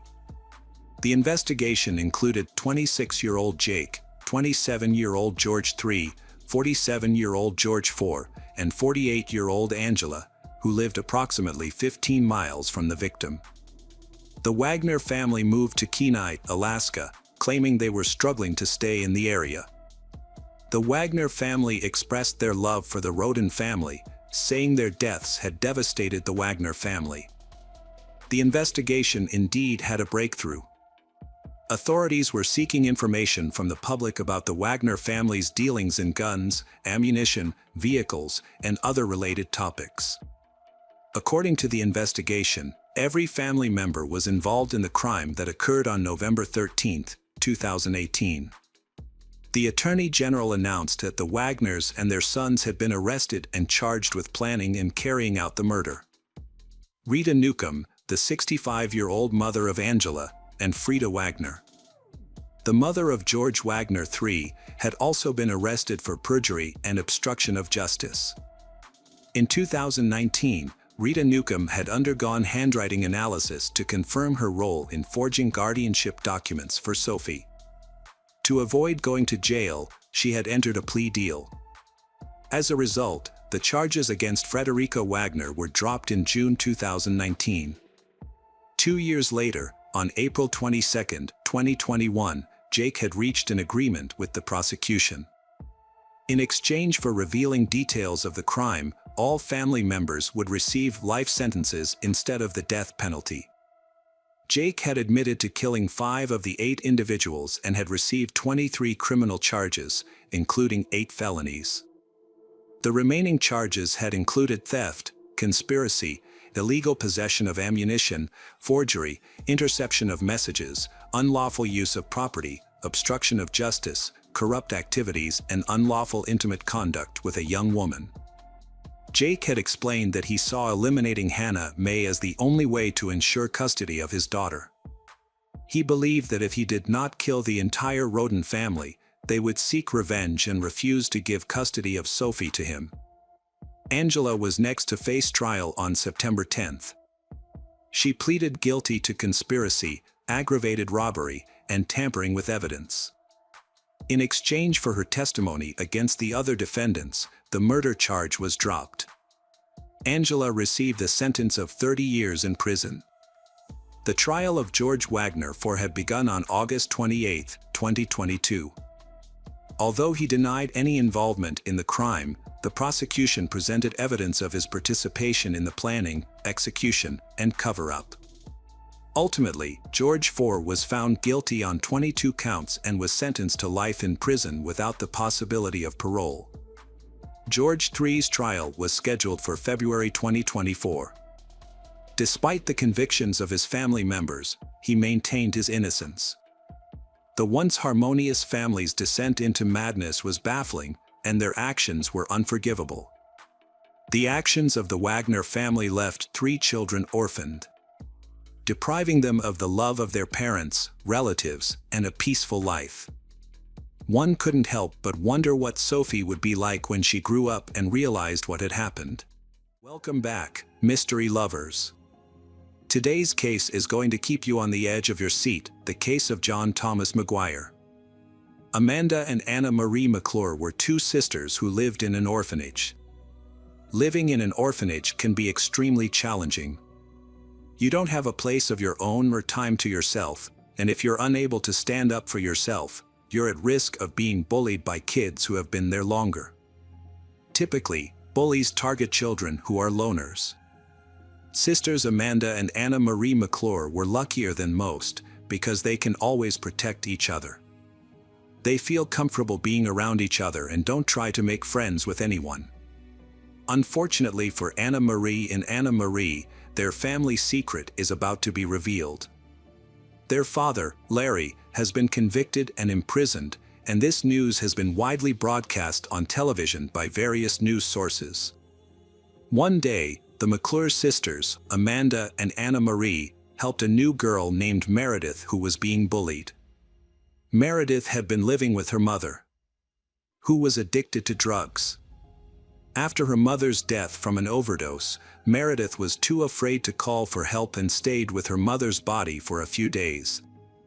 It wasn't until a friend visited and found her mother's body that emergency services were called. Meredith soon became friends with the McClure sisters, and the three of them had a lot of fun together. Amanda and Anna Marie never told anyone why they were living in an orphanage. And when Meredith asked, Anna Marie made up a story about their father being a police officer who died while on duty to catch a dangerous criminal. Meredith was so impressed with Anna Marie's story that she told it to the other children at the camp. Overnight, the McClure sisters became heroes and were admired by everyone. Most of the kids in the shelter had parents who had died from substance abuse or were in prison, so the McClure sisters' story made them stand out in a positive way. The sisters' secluded life at the orphanage came to an end when all the children wanted to befriend them. However, this marked the beginning of a difficult period in their lives. A heartbreaking truth comes to light: their father, presumed dead, is actually alive and serving a prison sentence for violence and sex crimes he committed against minors. The sisters' lives became a nightmare. However, they got a second chance when two different families decided to adopt them. This meant they would be living apart, and their bond was eventually broken. Amanda, who had previously worried her adoptive parents. They were worried that she would be single forever, and that not having a biological family had a profound effect on her mental health. Amanda's adoptive parents were relieved to learn that she was in a serious relationship with a man named John Thomas McGuire, who was 38 years old. This would be his second marriage, and he had 2 sons from a previous marriage. What reassured them even more was that John seemed to be a perfect partner and always supported her. He also had a friendly relationship with his ex-wife, which was a good sign for Amanda's future with him. After serving his sentence, Larry McClure was pardoned and settled in Virginia. His first priority was to find his daughters. He went straight to Amanda's foster parents, Glenn and Alex, said hello and introduced himself. He asked to see Amanda and requested her contact information, including her address and phone number. Although Larry appeared disheveled and intimidating, with deep wrinkles and dark circles under his eyes, he didn't seem intoxicated. However, his behavior was not quite right. Glenn, Amanda's foster parent, refused Larry's request but promised to inform Amanda that her biological father was looking for her. Larry was taken aback by the term biological father, but he thanked Glenn and left. Glenn did keep his promise. He told Amanda that her father was free and was looking for her. Amanda was torn, with a part of her wanting to reject her father, given his past mistakes, and another part wanting to give him another chance. Amanda reaches out to her father, Larry, after many years of separation. Amanda initiates the conversation by calling her father, who is overjoyed to hear from her. Larry asks about her well-being, and she shares that she's doing well, married, and happy. Larry was very happy for his daughter and invited her and her husband to have dinner with him. Amanda is initially uncertain about meeting her father, but he senses her hesitation and reassures her by telling her to forget the old grudges, and he has lived all these years with only one thought: to see her and Marie. This suggests that Larry has been thinking about his daughters and wants to see them again. Larry's meetings with Amanda and John led to their introduction to the world of illegal substances, which he manufactured himself in his camper. Initially, their financial situation was stable, but Larry manipulated them into funding his substance production. As their addiction deepened, they both lost their jobs. Larry persuaded John to register as a drug addict to receive $180 in state assistance.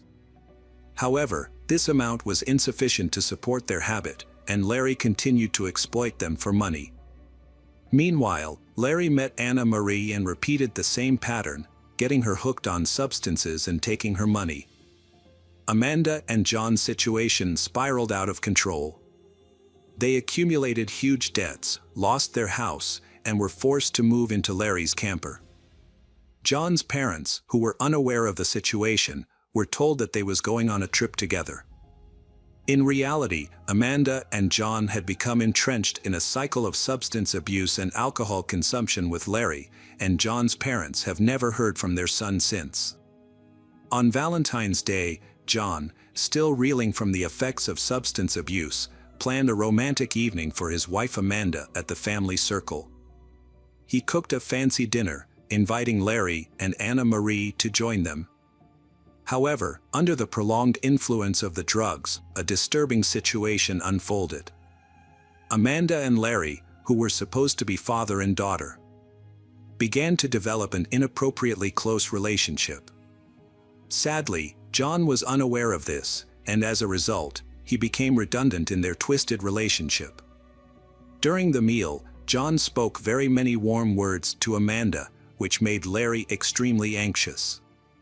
As the tension increased, Larry interrupted John's speech and asked if he could be completely honest with his wife. John agreed, and Larry suggested a game. They tied John's legs and instructed him to answer truthfully about his life. Initially, the questions covering topics like childhood and school. However, under the influence of drugs, Larry began to accuse John of being an undercover FBI agent. When John denied this, they hit him. Although John begging for mercy, but he was ultimately struck on the head with a bottle of wine, the same wine he had brought for the family dinner. Over the course of 2 days, Larry, Amanda, and Anna Marie subjected John to torture while using illegal substances. When they thought it was time to end things, Amanda put a black bag over John's head and tightened it around his neck until he stopped breathing. They buried John in the backyard and then celebrated the engagement of Larry and Amanda, father and daughter, with more drugs and alcohol. On the 3rd day, their mental health worsened. They began to hallucinate, seeing John's ghost, hearing police sirens, and imagining that the ground where they buried John was disturbed as if he might escape and report everything to the authorities. The situation was chaotic, but the father and daughters still decided to take more drastic action. They dug up John's body, checked his pulse, and examined his pupils' reaction to light, even though he showed clear signs of decomposition. This, however, did not convince them that he was truly gone. In a frantic bid to prevent John from coming back to life, they dismembered his body with a wood axe and drove aspen stakes into each piece. They then buried the remains in different locations and covered them with lime to accelerate the decomposition process. 3 weeks later, Larry and Amanda got married. To conceal their relationship, Larry changed his name. The new family aimed to start afresh, moving to Kentucky. They promised each other to stop using illegal substances for good. To avoid suspicion, they even hung an American flag over their front door, just like their neighbors did. By this time, John's ex-wife and parents were becoming increasingly concerned about his lack of contact. In 2019, John's mother even filed a police report regarding his disappearance. Meanwhile, Larry failed to inform the police about his move to another state, which violated his probation terms and led to his return to prison.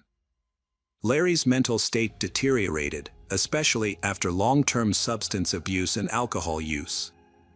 This sent him into rehab, leading to anxiety and confusion between what was real and what wasn't, reflected in his disturbing behavior.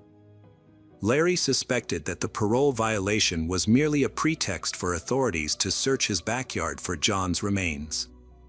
He felt an urgent need to contact Amanda or Anna Marie and instruct them to dig up the body parts and rebury them far from their home. Since all prisoner calls are monitored, he had to find a discreet way to communicate this information. Larry meticulously prepared a speech to convey his message, but ultimately, he was denied the opportunity to make calls. Unable to cope with the situation any longer, he decided to confess to the police. Larry thought that if he confessed to the murder before being charged, he might avoid the death penalty. He even considered blaming his daughters to make his situation better. However, the police officer did not believe him. First of all, what murder? What body parts were buried in the backyard? What crazy idea did this man have? Legally, they had to verify his claims. Initially, the police planned to conduct an investigation. They took his statement, and they found out that John was indeed missing. A police unit was sent to Larry's house.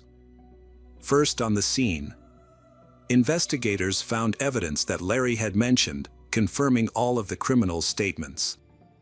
The McClure sisters were quickly apprehended. Amanda and Anna Marie were in shock, unable to believe that their father and stepfather could confess to such a brutal murder. They were even more stunned to learn that Larry was trying to portray himself as an innocent bystander, claiming in his testimony that it was his daughters who killed John, and he was just unwittingly involved in the crime. As the investigation unfolded, each the family McClure member sought to protect themselves and convinced the police that their involvement was purely accidental. This situation was particularly difficult for John's relatives because there was no body, only remains were found. Those remains had to be carefully collected by forensic experts, transported to his parents, and ultimately buried in a closed coffin. It has been mentioned many that John was a kind person. Despite the challenges they faced, his parents were able to arrange for his burial. Some friends contributed financially, while others assisted with transportation and funeral planning. John was laid to rest at a Lutheran church on October 25, 2019. On February 15, the day after Valentine's Day, a member of the McClure family posted on Facebook, claiming it was a message from John. The post stated that he was going on a long trip and would be out of touch, asking friends not to worry about his absence. This raised suspicions that the family McClure had planned to kill John, and they wanted to deceive others to avoid causing panic. Despite the severity of the crime, but during the trial, Larry and Amanda received an additional 6 months in their sentence due to their illegal father-daughter marriage, which is prohibited in the state. The trial began, and Larry testified. He revealed that he had always felt remorse for his children throughout his life. He explained that when they were very young, he committed a serious crime that led to them being placed in an orphanage. Their birth mother had abandoned them, and he was the only one left feeling heartbroken. Larry expressed deep gratitude towards the families who adopted his children, mentioning that he had even prayed for their adoptive parents in churches. He desperately wanted to make up for the years gone by with them and admitted that this might be why he made the choices he did. He describes John as a wonderful young man and expresses his grief for him. He says that if he could change the past, he would, but emphasizes that no one can bring the dead back to life. He mentions his deep love for his daughter Amanda. However, he notes that Amanda does not care about John, her only concern is taking money from his account. He questions whether anyone would consider killing someone for $180, and that people should recognize Amanda for what she was. He called her a monster, not a human. He stated that he, Amanda and Marie, were addicted to drugs and that they deserved to be punished for their actions. He expressed his desire to speak to the jury and said that regardless of his sentence, he was aware of his health problems and believed that he might not live more than 10 years. He expressed regret for John's passing and again apologized to all of John's loved ones. The trial dragged on because the defendants kept changing their statements about whether they killed John or not. Amanda, unable to bear the long trial, made a deal with investigators. In return, she was assured that she would be charged with involuntary manslaughter at her next trial. Larry then gave another speech. He said, "The four of us bought the ingredients to make illegal drugs. Amanda came to me and shared her wish to get revenge on John. The reality is that John, while high on drugs, assaulted Anna Marie, which led to her becoming pregnant. For me, I needed to regain my daughter's trust after years apart.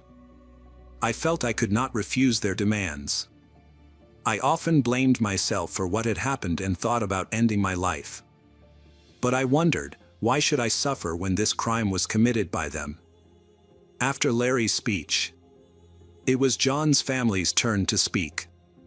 John's mother cried uncontrollably and could not express her emotions. She expressed, "Even if one day I can forgive the McClure family, I will never forget what they did. I also hope I live long enough to see one of them die before me." Next, John's children spoke, cursing the killers and declaring that they would never forgive them. The judge delivered the final verdict, sentencing Larry McClure to life in prison without the possibility of parole. When the sentence for Amanda was revealed, her adoptive parents regretted telling her that her biological father was looking for her. They had always raised her with the freedom to make her own choices, unaware that this freedom could lead to such dire consequences. At the time the verdict was announced, Amanda stated that her father's jealousy was the root cause of the situation. Her adoptive parents pleaded with the judge to consider that Amanda's involvement in the crime was heavily influenced by Larry's negative impact, asserting that she would never have committed such a violent act otherwise. However, the prosecutors argued that the murder was a planned act, suggesting that Amanda and Larry were conspiring to be together as a couple. The initial hearing focused on Amanda, who was sentenced to 40 years. The judge said Amanda could serve only 20 years. During Anna Marie's sentencing, she attempted to speak out against John's murder. However, she felt pressured by her father and sister to do what they wanted, and she only attended Larry and Amanda's wedding out of concern for her own future. Ultimately, Anna Marie was sentenced to 40 years. Hello again, true crime fans. We've got another mysterious case to explore. The case of Sheil Coughlin. Sheil Coughlin grew up on the west side of Manhattan. Shelley's life was marked by a love of learning and academic excellence, earning a degree in wealth management. This degree opened the door to a successful career in Swiss banking. Sheil's career flourished, and she became skilled at managing multi-million-dollar portfolios for her clients. However, despite her professional success and financial security, Sheil felt unfulfilled. She longed to start a family of her own and become a mother. In an effort to change her circumstances, Sheil attended a Jewish singles event in February 1998, where she met a 26-year-old man named Rod Coughlin, who also worked in the banking sector. Sheil and Rod were a young couple with many similar interests and ambitions.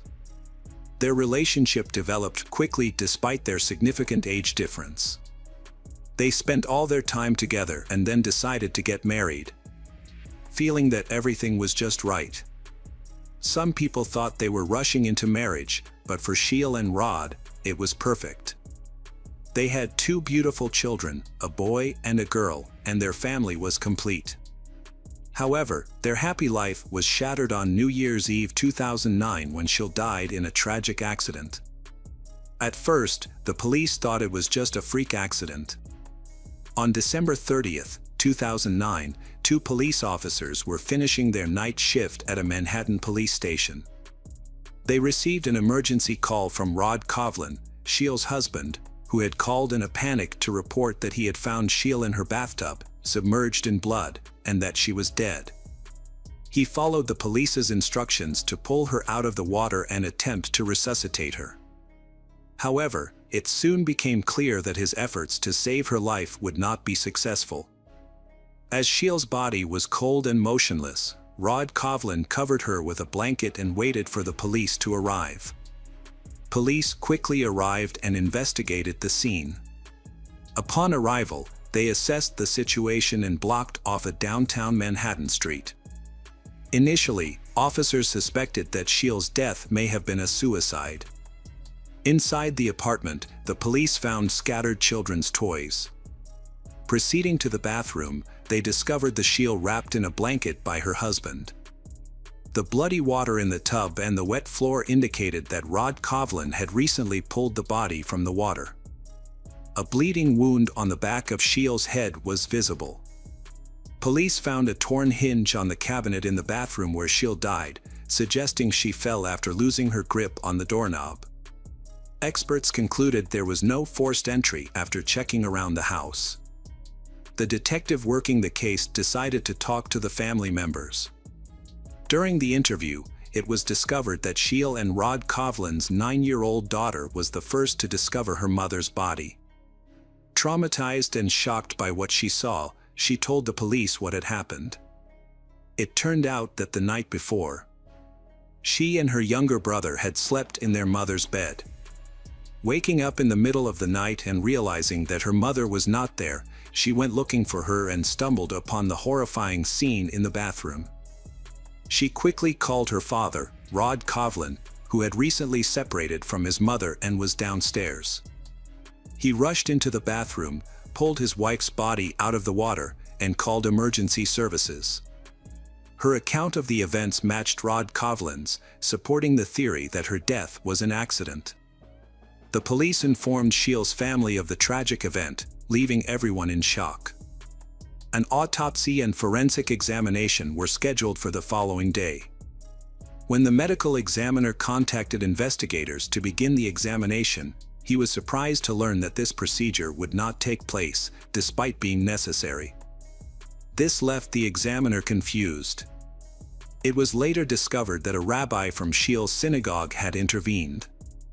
The rabbi contacted an organization responsible for burying Orthodox Jews, who then asked the police for permission to enter the scene in accordance with the family's religious rites. The police granted permission and a team of rabbis arrived at the scene.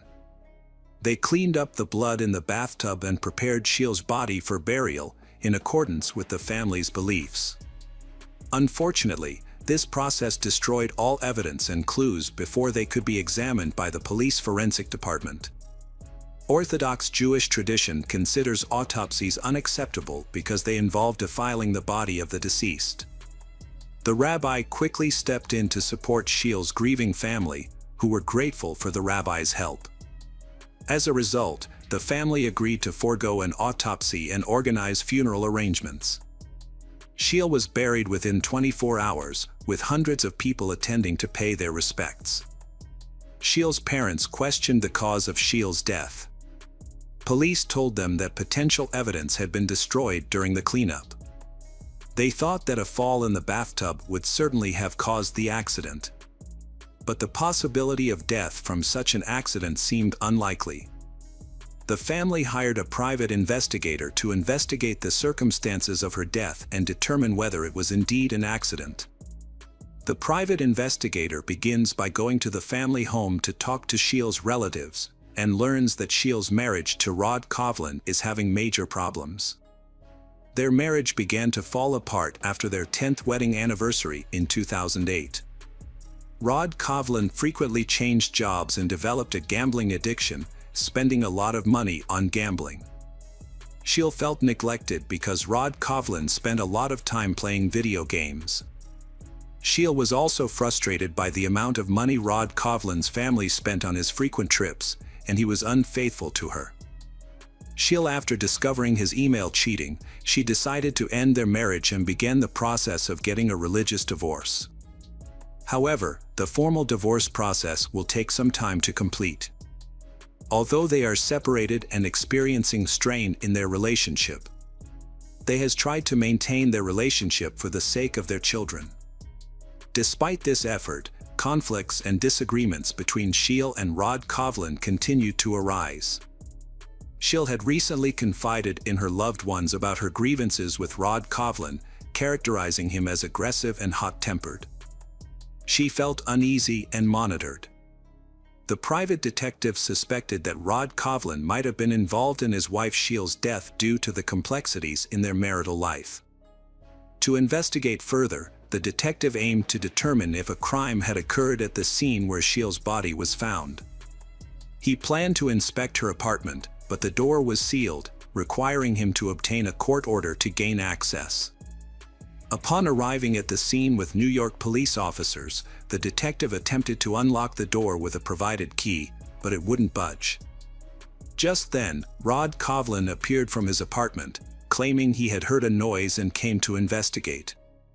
When questioned by the police and the detective, Rod Coughlin took the key and easily opened the door.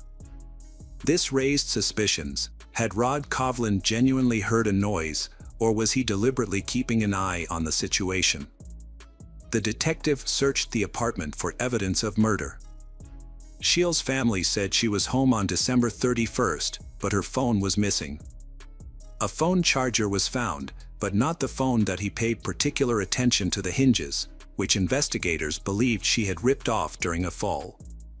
The more he examined them, the more he suspected that, with Shiel's strength, ripping off hinges that were firmly attached to the cabinet was impossible. The detective discussed his findings with the police, trying to convince them that Shiel's death was not an accident, but a murder. However, the police remained unconvinced, citing a lack of evidence.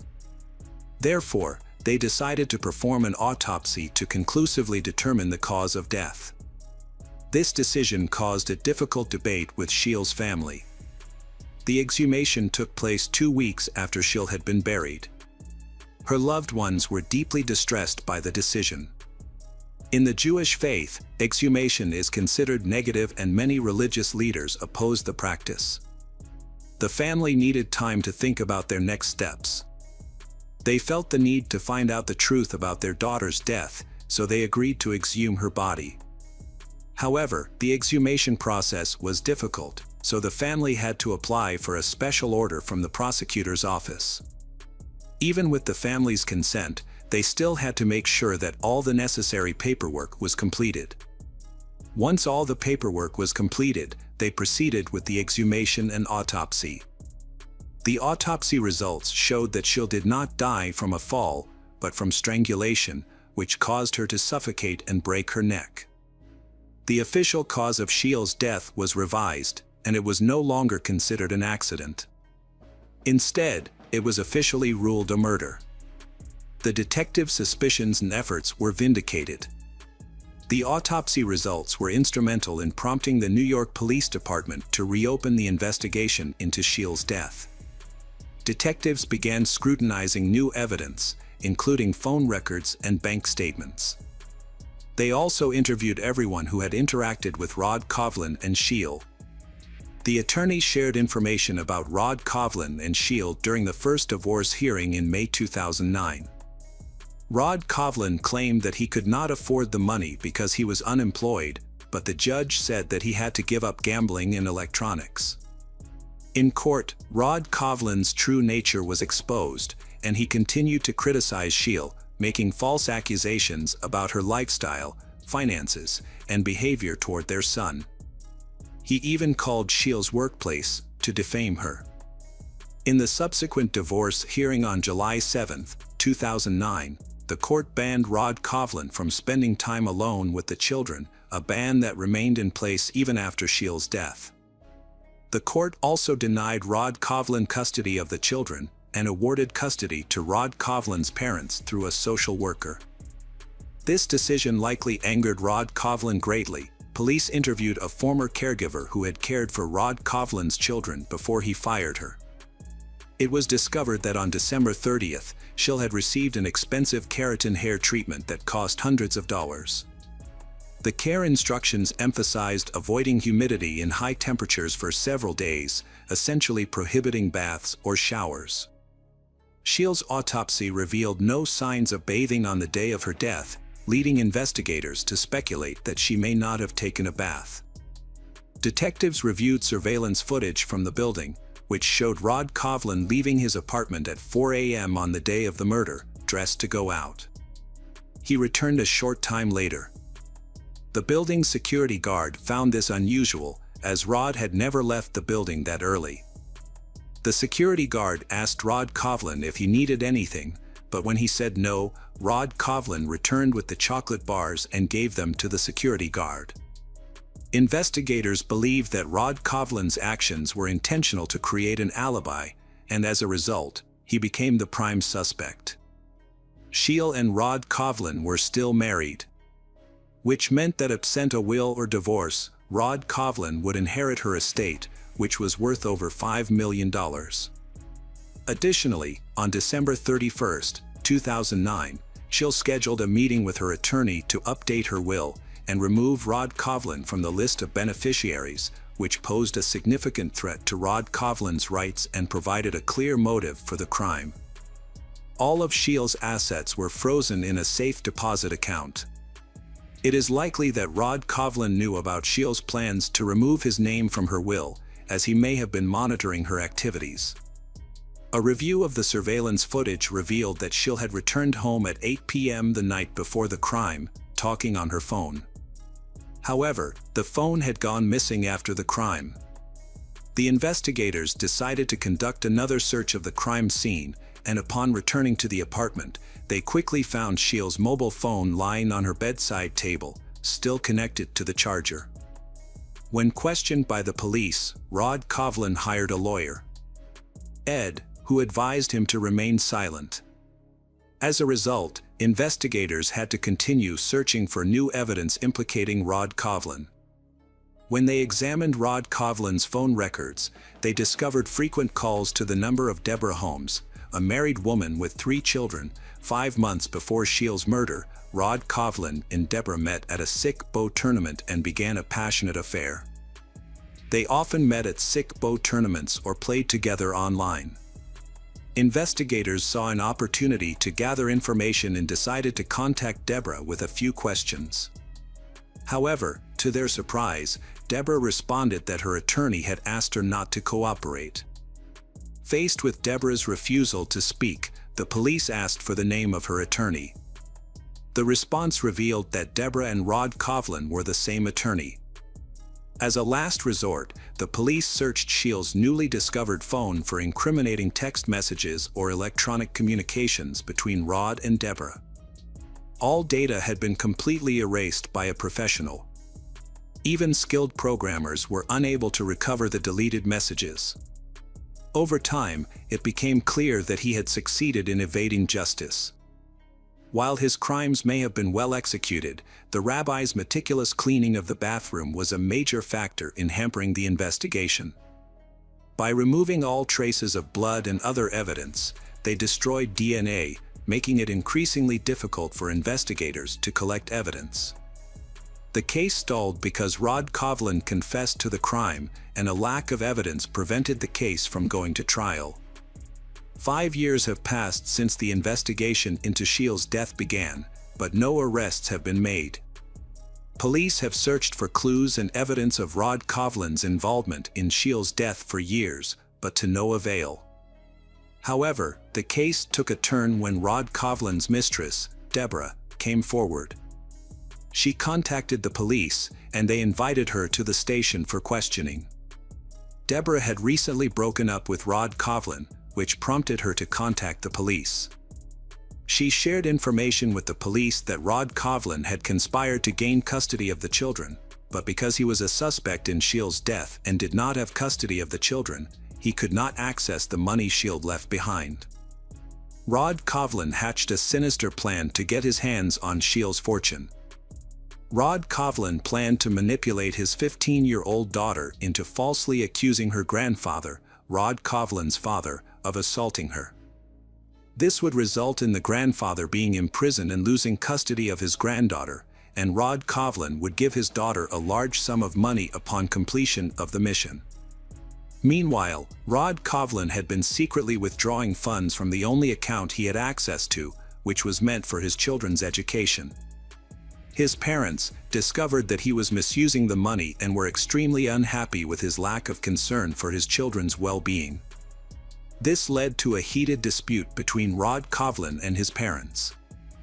Rod Coughlin's anger towards his parents escalated to the point where he considered harming them. In 2012, he confided in his lover, Deborah, about his plan to have his daughter poison his parents' tea with rat poison. He believed that since his daughter was a minor, she would receive a lighter sentence if caught. Following this, Rod Coughlin came up with several other schemes.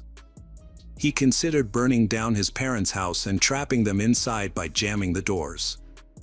Rod Coughlin also thought about arranging a fake marriage for his daughter to a Mexican man, which would have forced her to give up part of her inheritance to him.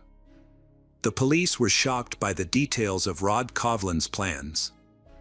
Deborah secretly collected evidence, storing a large amount of data on hard drives. Deborah realized she was dealing with a psychopath, and she waited until after she broke up with Rod Kovlin to share the evidence with the police. The recordings she collected of Rod Kovlin's conversations with various people. The police now had to listen carefully to these recordings to find conclusive evidence. Deborah's contribution to the investigation was crucial. As the investigators analyzed the recordings, they made a surprising discovery. In a conversation with a friend he met through backgammon, Rod Kovlin casually mentioned that he had keys to Shiel's apartment and could enter it at any time. Investigators found that Rod Kovlin was plotting against his own daughter, planning to pin the responsibility for the Shiel's demise on her. Thanks to all the information gathered, the police finally had compelling evidence to charge Rod Kovlin with the demise of his wife. On November 1, 2015, Rod Kovlin was arrested. Shiel's family awaited the trial of their daughter's perpetrator, but victory was not assured. Rod Kovlin, while incarcerated, shared intimate details of his wife's murder with a fellow inmate. He even reenacted the strangulation, which matched the autopsy results. During the 7-week trial, the jury heard testimony about the heinous crimes he planned to commit, including murdering his wife, targeting his parents, and framing his own children. The jury was horrified by his cold-blooded nature. In March 2019, the court convicted Rod Kovlin of murdering his wife, Shiel. Although there was no direct eyewitness, the overwhelming evidence led to a life imprisonment sentence. With the possibility of parole after 25 years, Rod Kovlin will no longer pose a threat to his family or the people of New York. Hi there, investigators. It's time to uncover the truth behind another case, the case of Austin Harrouff. Austin Malcolm Harrouff, known by the nickname Golden Boy, was born on December 21, 1996, in Palm Beach, Florida. He was the eldest of 2 children, and was born into a wealthy and respected medical family. His father was a successful dentist with many private clinics, and his mother was a leading pharmaceutical expert. The Harrouff family lived in a spacious, luxurious house by the sea. When Austin was 1.5 years old, his younger sister Haley was born, and the 2 siblings quickly became close. Austin's parents ensured that he and his younger sister received a good education and encouraged personal growth and creative pursuits. Austin excelled at school and had many interests outside of studying. He was passionate about playing guitar, wrestling, football, and acting in an amateur theater group. He saw himself as a creative and ambitious person. Along with his parents and sister, Austin traveled extensively, discovering new places during their vacations. Austin described himself as a cheerful and optimistic person with a strong imagination who excelled in academics and sports through perseverance. However, Austin also admitted that he was very shy, which sometimes made it difficult for him to communicate with his peers. Austin's personal life was interrupted at the age of 13 when his parents decided to divorce. His father moved out of the family home and into a new home with his new partner, eventually marrying her. Meanwhile, Austin remained with his mother, who also found a new partner and married him within a year. Despite facing the emotional challenges of his parents' divorce, Austin continued to excel academically and athletically. Austin always dreamed of becoming a doctor, like his parents, to help others. He was a high-achieving student and was admired by many of his friends. Austin's physical transformation during his youth was remarkable. He grew to be 6 feet 2 inches tall, developed outstanding muscles, and became strong. Austin's charismatic smile and gentle demeanor gave him an almost angelic appearance. However, he still struggled with social anxiety and shyness, which limited his ability to form relationships. In his personal diary, Austin wrote candidly about feeling isolated at school. His classmates called him a nerd and made fun of him, leaving Austin with few friends. Despite these difficulties, he still held out hope that his life would improve once he entered college. Austin looked forward to starting over, forging new relationships, and gaining independence from his parents. The important turning point came when Austin received news that he had been accepted into the University of Florida's prestigious four-year medical program. This achievement promised to open the door to a successful and rewarding medical career, with the opportunity to continue his studies at any of the top medical schools in the country. Overjoyed by this news, Austin felt like his dream was finally within reach. As he prepared to enter this new chapter, his parents drove him to the college campus in late August. With excitement mixed with trepidation, Austin began his journey to becoming an independent adult, documenting his experiences in his first vlog. During his freshman year, Austin became deeply interested in bodybuilding and spent a significant amount of time in the gym, achieving notable results. He had developed strong muscles, but his success was partly due to steroid use. Austin had openly discussed steroid use in a YouTube vlog he had started in the spring of 2016. Austin had posted various videos to his channel, including discussions about sports and fitness, musical performances with his guitar, and philosophical musings on life. However, over time, his posts became increasingly disturbing. Austin began warning his followers about the dangers of steroids, claiming that they could cause serious mental health consequences and drive a person crazy. Austin had two distinct physical states, a normal state and a state he called crazy. Austin found it difficult to understand these contrasting aspects of himself. Austin had created videos where he spoke in different voices, as if he were other people. Sometimes, Austin's voice changed and he burst into tears for no apparent reason. Experts then reviewed Austin's posts and concluded that Austin was desperately seeking help in each post. As Austin struggled to connect with others during his studies, his blog had become his primary means of expressing himself. Over time, videos recorded him gradually becoming insane. His behavior became increasingly erratic, provocative, and aggressive. Some subscribers suspected he was using banned substances while recording, and they asked him about it in the comment section. Austin denied this, saying it was unhealthy and that he would never use banned substances. However, his behavior showed otherwise. One subscriber even speculated that Austin might have dissociative identity disorder. The sudden changes in Austin were not only manifested in behavior but also in appearance. When he returned home for summer vacation, his mother and sister were shocked by the changes they witnessed. During his year-long separation, Austin had experienced significant physical changes, including significant muscle gain, but these changes were more than superficial. Austin's behavior became increasingly strange. He would say nonsense and claim he didn't need sleep. At first, his family did not take this seriously, but as night fell, they realized he was serious. Austin declared that he would guard the house and protect his family from unknown threats, and he kept his promise, wandering the hallways until morning. Every hour, he loudly checked on his mother and sister, reassuring them that they could sleep peacefully because he was guarding them. The next morning, his mother made him talk seriously and asked him if he had used drugs. Austin admitted that he had tried many different stimulants over the past year and described their effects on him. He even used a powerful synthetic drug that caused hallucinations, rage, and could be fatal if overdosed. However, he promised his mother that he had stopped using and was no longer in danger. Despite her concerns, Austin's mother did not seek help from professionals. As a pharmacist, she thought she could help her son herself. She gave him sedatives and sleeping pills to help him relax and sleep after a long, restless night.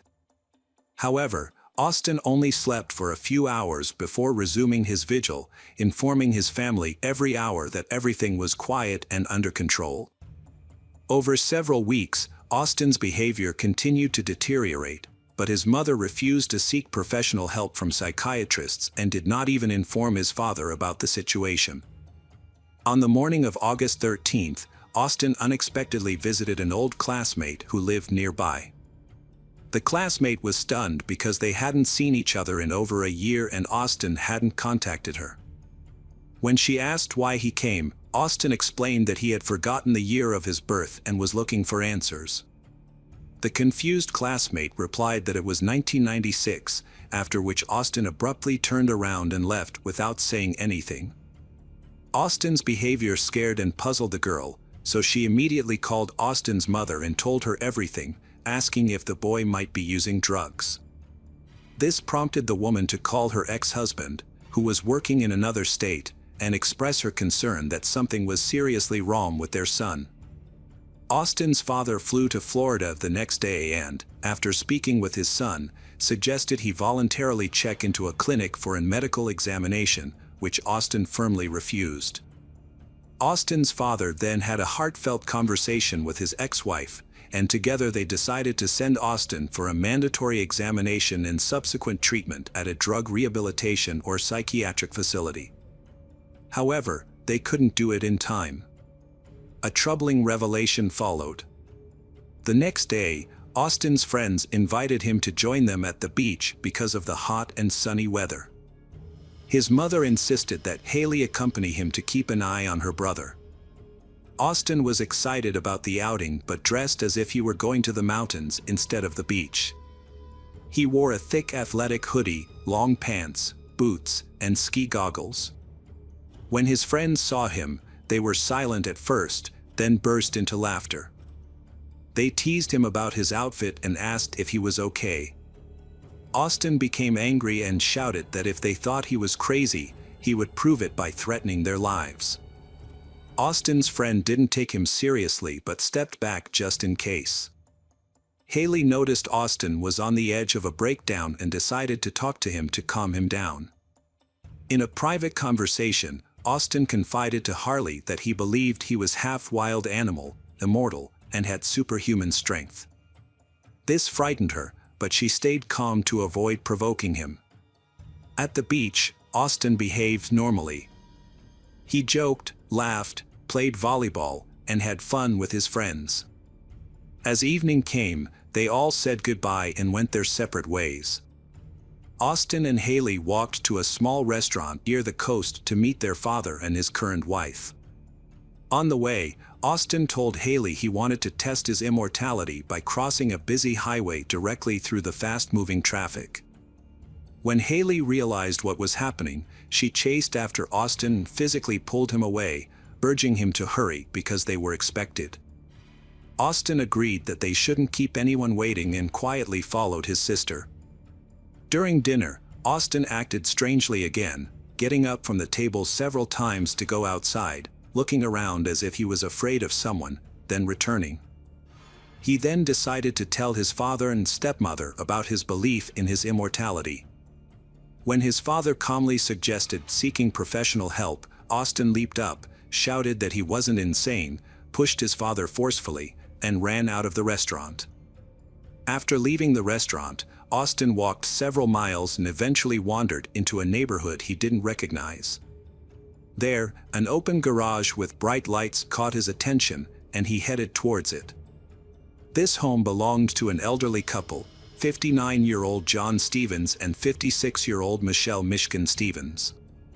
In the evenings, they loved barbecuing and watching movies in their spacious garage, which they had set up like a living room. Married for over 25 years, they had 3 adult children who lived independently, allowing them to enjoy retirement and each other's company. That evening, John took their dog for a walk while Michelle prepared for their usual movie night. When Michelle noticed an unfamiliar young man on their lawn, she felt no threat and even asked if he needed help.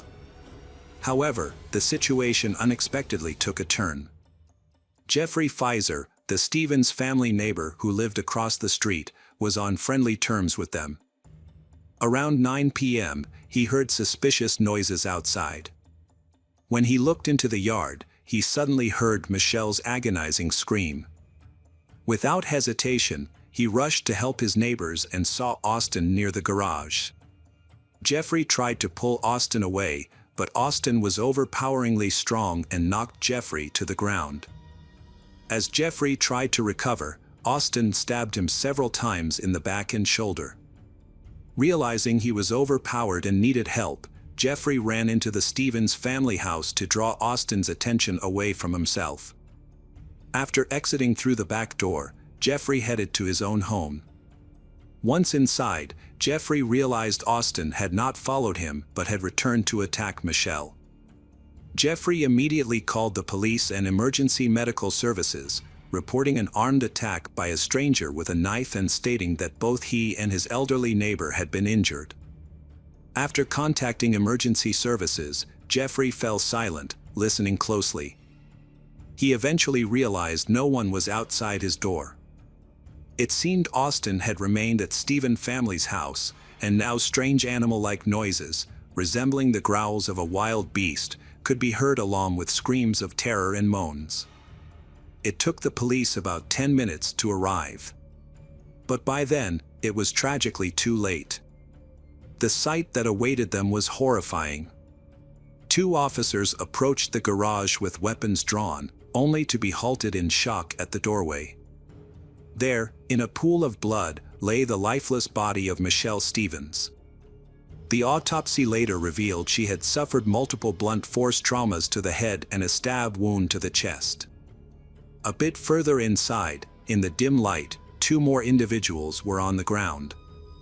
John was reaching out, pleading for help with a strained voice. Above him, Austin was seemingly choking him.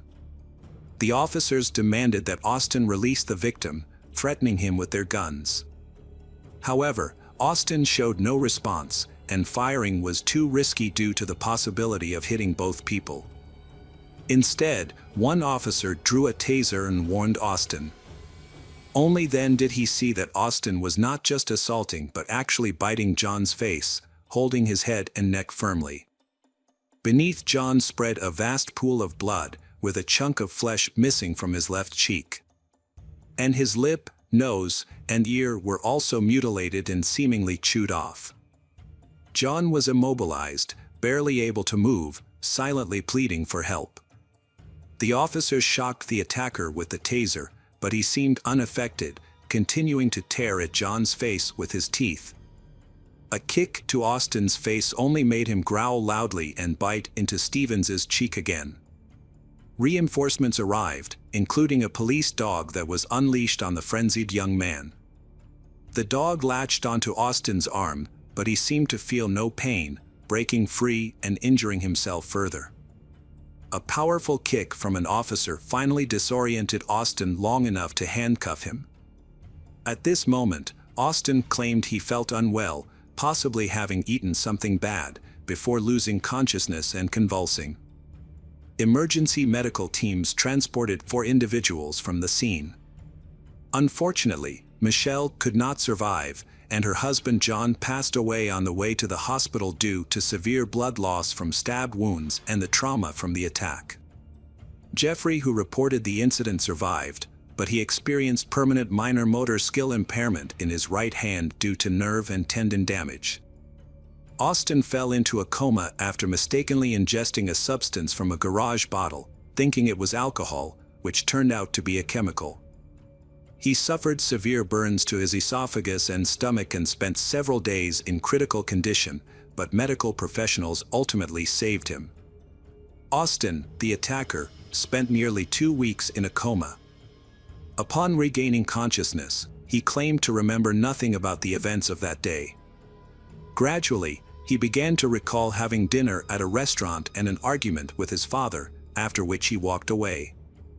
Austin described seeing a ghostly figure that guided him through dark alleys and unfamiliar neighborhoods until he saw a light in the distance. The light came from a lantern near Stevens family's garage, where John was preparing a barbecue and setting out food. When Michelle saw him, she was startled and called for help. Austin admitted to hitting her several times and then pulled out a knife, claiming he would rid her of evil. At that moment, a neighbor named Jeffrey Fisher intervened, but Austin, thinking Jeffrey was a demon, attacked him with the knife. After Jeffrey ran to get help, Austin continued to assault the woman until she was lifeless. He then noticed a bottle, mistook it for alcohol, and drank about half of it. Soon after, he heard a dog barking and a man's voice. Austin claimed he couldn't remember what happened next, according to his own statements. Initially, there was speculation that Austin was under the influence of strong drugs, which could explain his aggression and lack of sensitivity to pain. However, hospital tests showed no traces of drugs, medication, or alcohol in his blood. This led to the conclusion that Austin might have experienced a psychotic break, acting without awareness of his actions. Experienced psychiatrists were tasked with determining the truth of this claim. The case of Austin Harrouff attracted significant media attention due to its extreme brutality and ambiguity, both in the courtroom and psychiatric care. The children of the murdered couple, along with the relatives of the injured neighbor, believed that the young man was pretending to be insane and claiming memory loss to be declared incompetent and avoid harsh punishment. Most people following the case shared this belief. The state-appointed psychological and psychiatric expert, Dr. Landrum, reported that Austin's mental illness led to an acute psychotic episode, resulting in the deaths of Michelle and John. However, the prosecutor argued in court that he did not believe the defendant met the legal definition of insanity at the time of the crime. It was suggested that Austin's mental health had worsened due to experimenting with various drugs, using steroids, and having trouble socializing with peers since school. However, at the time of the crime, he was not under the influence of any illegal substances or alcohol, as none were found in his blood, indicating that the reasons for his violent behavior were another reason. During a court hearing, Austin's father disclosed that their family has a history of schizophrenia, and he worried that his son might have inherited this serious illness. Additionally, Austin was suspected of having clinical lycanthropy delusion, a rare disorder. This might explain why he acted like a wild animal and seemed immune to pain, although no psychiatrist confirmed this diagnosis. After receiving treatment, Austin was moved to jail, but the case remains unresolved. He is still awaiting trial, and his lawyers argue that he is mentally ill. Meanwhile, the relatives of John and Michelle and Jeffrey have expressed hopes in interviews that Austin will be deemed competent and sentenced to death for his terrible actions. Hello, crime enthusiasts. Are you ready for another chilling investigation? The case of Debbie Lynn Randall. Debbie Lynn Randall was born on August 21, 1962, in Marietta, Georgia, to a loving family with two older brothers. Her parents divorced when she was young. Her mother later married a man named Roy, who became Debbie's stepfather. The family lived in a small apartment building. Debbie was a cheerful and sociable child. On the evening of January 13, 1972, after dinner with her family, Debbie went to the laundromat to supervise the laundry. Debbie's home was just a short distance from the laundromat, so her mother wasn't overly concerned about her safety when she was sent to do the laundry. The original plan was for Debbie to go with her brother, but he was feeling unwell, so Debbie's mother sent her husband to pick up the laundry and Debbie went with her stepfather, holding a box of laundry detergent. At the laundromat, Roy put the clothes in two washing machines and left, leaving Debbie waiting for the cycle to finish. After the wash, Debbie had to walk home and ask someone to pick up her clean clothes because she couldn't carry them herself. However, when the laundry should have been finished and Debbie still hadn't returned, her mother began to feel uneasy. It was getting dark outside, so she and her husband decided to walk to the laundromat to look for Debbie, but she was nowhere to be found. The employee informed them that Debbie had left the laundromat some time ago and had not returned. The news worried her mother, who began searching the surrounding streets with Roy. As they walked, they discovered a suspicious scene. A short distance from the laundromat, in the parking lot next to a car, there was a spilled detergent. Since Debbie had brought a box of detergent with her, her mother suspected that it might be hers. Despite expanding their search to the entire parking lot and the surrounding area, they found no other sign of Debbie. Neighbors who knew the family joined in the search. Debbie's mother decided to call the police for help. The police investigated the parking lot and discovered their first clue: spilled laundry detergent just inches from a parked car, and on the car door, they found several clear fingerprints. The police found fresh fingerprints on the car that were located lower than the handle, which seemed unusual. They suspected that an unknown person might have grabbed the girl while touching the car at this spot. The officers collected the fingerprints and sent them to forensic experts for analysis. They also started searching for the car's owner to confirm whether the fingerprints belonged to them. With no other leads, the police began a thorough search of the area, looking for new clues or witnesses. The laundry worker reported that she did not see anything suspicious. Debbie had waited for the laundry to finish, then left the building with the detergent box. It is possible that she went home to ask someone to pick up her clothes. Police discovered the first key witness, 12-year-old Sandra, who said that as she and her friend walked to a laundromat to drop off dirty clothes, they saw a man grab a girl on the street, drag her to his car parked near the laundromat, and drive away quickly while she screamed for help. Sandra and her friend were lucky to avoid the man's car. Debbie screamed in a car, but he did not slow down. At the time, Sandra did not consider what she saw to be a kidnapping. She assumed the man was a family member who had come to pick Debbie up, possibly against her will. So Sandra did not report the incident to the authorities or tell any adults about it. After learning about Debbie's disappearance, Sandra provided essential details to investigators. She described the abductor's vehicle as a dark-colored, likely 1957 model pickup truck. She also described the man as young, white, with thick dark hair, wearing a white t-shirt, jeans, and black work boots. Another key witness, a girl who lived in the same building as Debbie, shared her observations. She saw a dark-colored pickup truck drive past the apartment building on the evening in question. The girl initially thought the driver of the car was her uncle, but when he stopped in front of her and looked at her, she realized it was someone else. She described the driver as a white man with medium-length dark hair and provided additional details about his appearance. She also reported that he parked his car near their building, next to the same car where a detergent spill would later be discovered. Another witness, a man who lived near the girl's home, reported that a dark-colored pickup truck, possibly a Dodge, almost hit him while he was driving to visit his wife in the hospital. The driver appeared to be in his 30s with dark hair, and the witness saw a girl in the car trying to escape while the driver held her with one arm. Based on these accounts, the police believed Debbie had been kidnapped.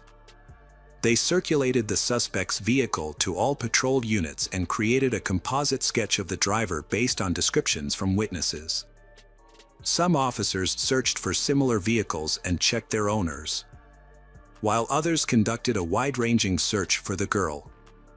As the days passed, more volunteers and police from surrounding towns joined the search. Police questioned Debbie's family, and after investigation, they were all cleared as potential suspects. Debbie's biological father, who lived in the same city, was notified of her disappearance at work and immediately joined the search effort.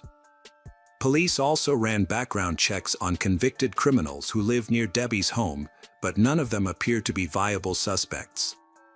The search for Debbie continued for over 2 weeks without any significant leads. It wasn't until January 29th, when a group of students joined the search teams, that a breakthrough occurred. The students were sent to search a wooded area several miles from Debbie's house. After nearly 5 hours of searching, one of the students noticed a set of tracks on the ground that led from the trail into the forest, suggesting that something had been dragged into the woods. As they followed the trail about 150 feet into the woods, they discovered a human body and immediately contacted the police. Upon further inspection, they quickly identified the body as Debbie Randall. She was wearing the same outfit her mother had described on the day she went missing. However, her shoes were missing. The medical examination of the Debbie's body revealed that she had been strangled to death and had also been sexually assaulted. A single dark hair was found on her body, which was likely to belong to the killer. Although DNA analysis was not available at the time, experts were able to examine the hair under a microscope and estimate that it came from a man between the ages of 18 and 30. The investigation then focused on the victim's clothing, which was covered in soil. Police enlisted the help of a geologist to analyze the soil, along with a forensic team. They discovered that some of the soil contained a type of soil mined less than 10 miles from their town called North Georgia clay. However, other stains on the clothing were found to be from a different type of clay, mined by a company just 2 miles from where the body was found.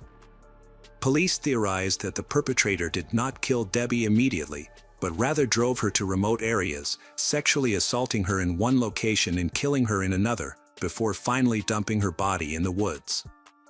Police believe the killer may have been hired by one of the nearby mining companies. After contacting these companies, the police searched the employees of both companies but did not find the suspect or the vehicle described by the victims.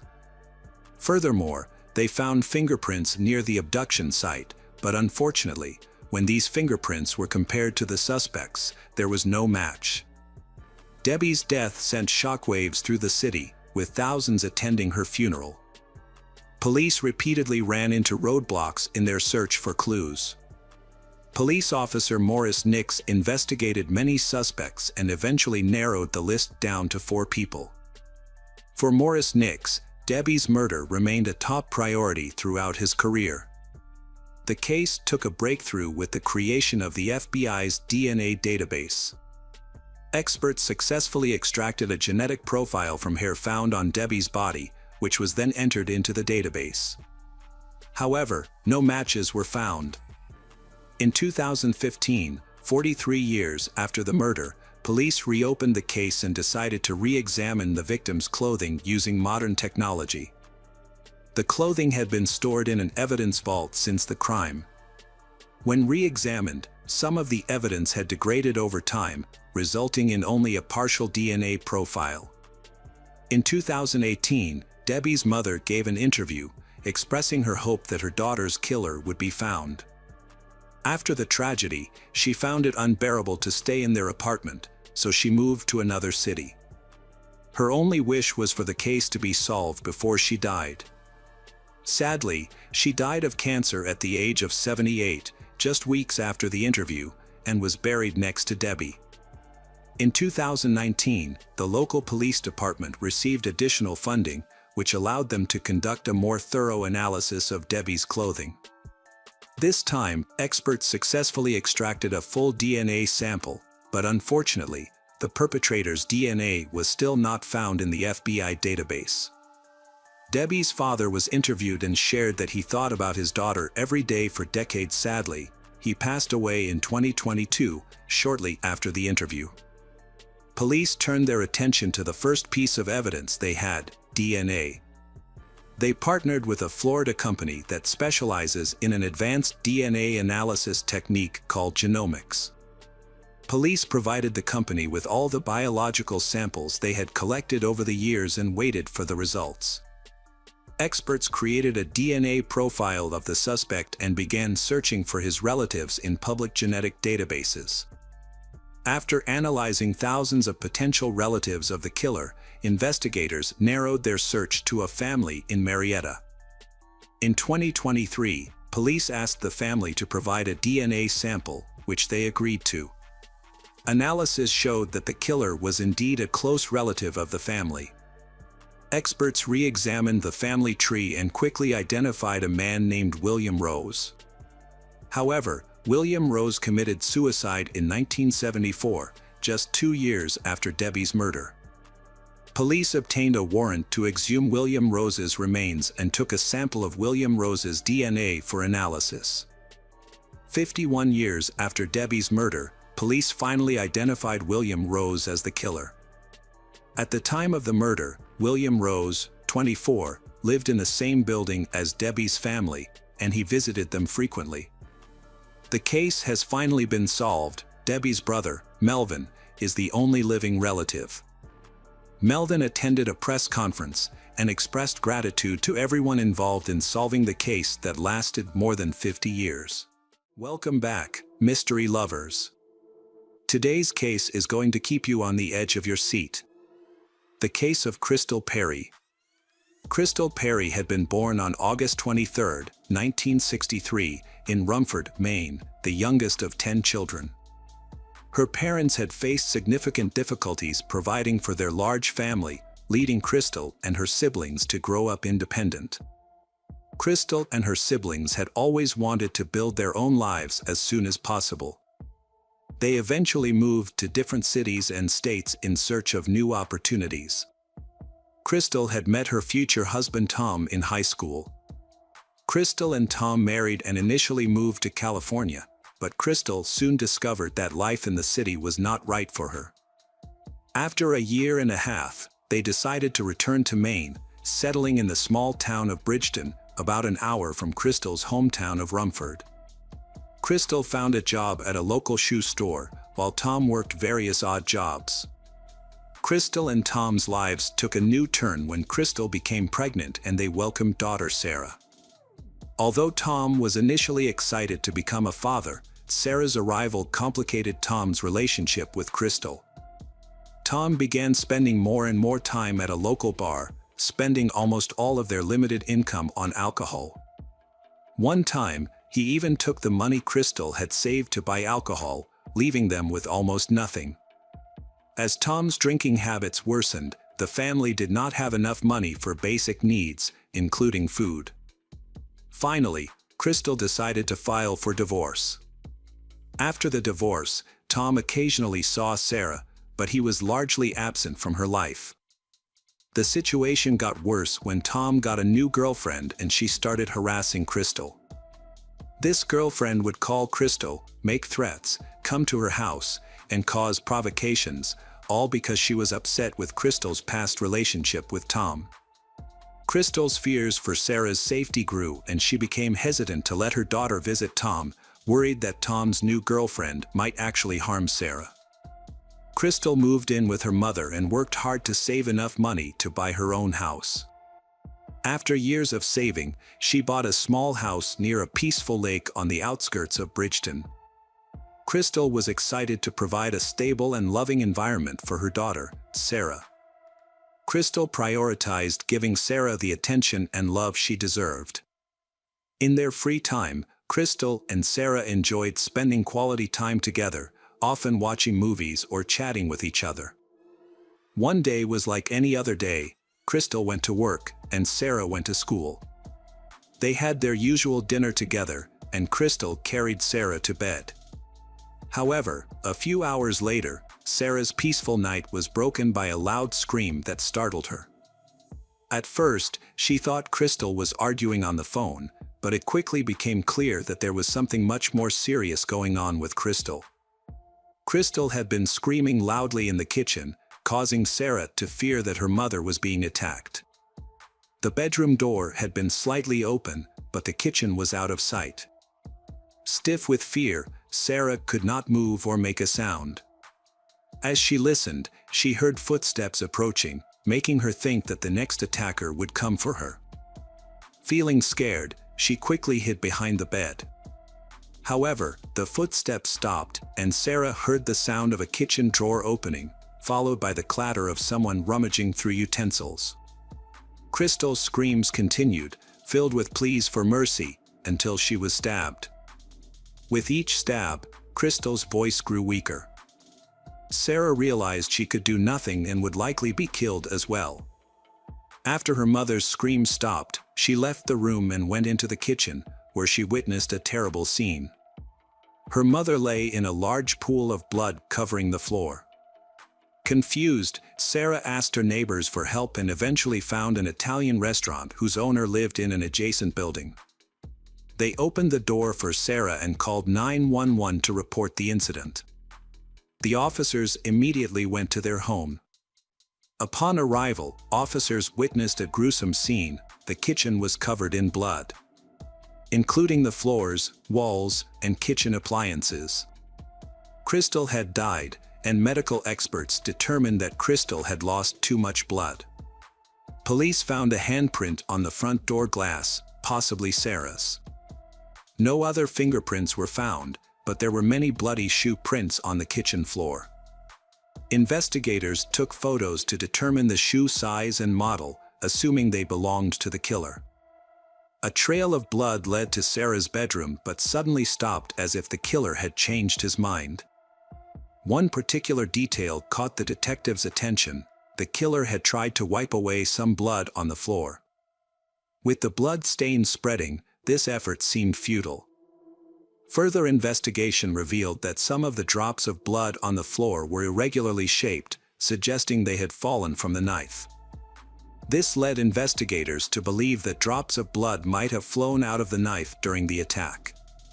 Investigations showed that, in addition to the initial drops of blood, other drops of blood on the floor appeared to have fallen at a 90-degree angle, suggesting they originated from a higher point.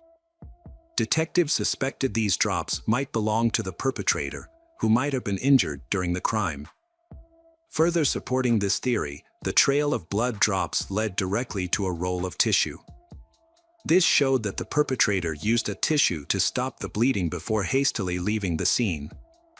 Autopsy results showed that Crystal's body had suffered more than 50 stab wounds. The murder weapon, possibly a kitchen knife, was not found at the crime scene, suggesting the perpetrator might have brought it with him. An important detail revealed that the force used was so great that part of the knife broke and was stuck in Crystal's body. The investigation also found evidence of a previous sexual assault.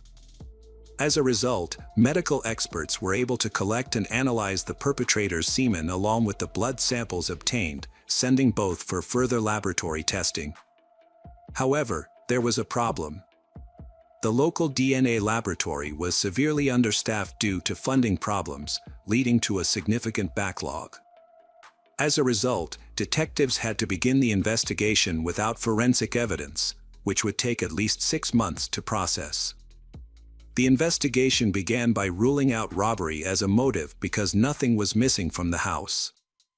Furthermore, there were no signs of forced entry, so the police suspected that the victim had arbitrarily opened the door to let the perpetrator in. Since she was wearing pajamas, it was unlikely that she was expecting visitors. Detectives came up with 2 theories. Either the victim knew her killer, or someone she didn't know knocked on her door and convinced her to let them in under false pretenses. To pursue this lead, detectives turned their attention to the only witness, Sarah, who was undergoing a medical examination at the hospital. The police began questioning Sarah about the killer, and she explained that she had stayed in the bedroom until the incident was over. However, the police were a bit skeptical about her story. They asked her how she knew her mother had been attacked with a knife, and Sarah replied that it was obvious. Despite her reaction, detectives continued to pressure her, suspecting that she might have been withholding information and might have seen the perpetrator. During the first 3 days after the murder, police questioned Sarah 18 times in the hope that her story would change. However, she always maintained that everything happened as she initially described. Meanwhile, detectives pursued other leads and achieved their first breakthrough. They discovered a pair of boots at a local shoe store whose sole pattern resembled bloody footprints found at the crime scene. Additionally, they learned that Crystal had been harassed by Teresa, Crystal's ex-husband's girlfriend. Despite evidence that the killer was a man, the police decided to investigate Teresa, considering her history of threatening to kill Crystal. Maybe Teresa had found an accomplice to commit the crime. However, detectives found no evidence to support this theory. Further investigation revealed that Crystal was in a relationship with a man named Dennis at the time of her death. The two had met 2 years ago when Dennis started working at the shoe store. Dennis and Crystal began dating, and Dennis eventually proposed to her. Although Crystal accepted, they never married. Their relationship was tense, with frequent arguments and Dennis engaging in aggressive behavior, such as breaking objects and banging on walls. However, there was no evidence that he ever physically harmed Crystal. The day after Crystal's murder, detectives visited Dennis at his home. When they asked if he had left the house the night before or if he had seen Crystal, Dennis immediately asked if she was dead and then fainted. After regaining consciousness, he answered the detectives' questions. Dennis explained that he had planned to visit Crystal that evening but was delayed because he was helping a friend fix his car. When he later called Crystal, she said it was too late, leading to an argument and Dennis staying home. Police were able to verify Dennis' alibi, confirming that he had helped his friend that evening. Dennis also agreed to take a polygraph test, which showed no signs of deception, except when asked if he felt responsible for Crystal's death. He replied no, but the test detected his tremors. Additionally, detectives discovered that Dennis had the same shoe size as the killer, but no matching shoes were found in his house. Dennis agreed to provide a DNA sample but made a special request. Dennis had made a special request to the detectives. If they decided to arrest him, he had asked them to enter his workplace through the back door, instead of the main entrance. He had explained that he did not want to disrupt the work environment or make noise in front of his colleagues because his boss had always treated him kindly. However, because he had continued to claim innocence, this request had raised suspicions. The police investigation had led to another important discovery. They had contacted Crystal's best friend, who lived in another town, and she had revealed that Crystal had confided in her just weeks before the murder. Crystal had expressed her fear towards Dennis, saying their arguments had escalated and had become more and more heated. Dennis' behavior had also become more and more aggressive, causing Crystal to consider ending their relationship. However, she had hesitated to do so because she was afraid of his reaction.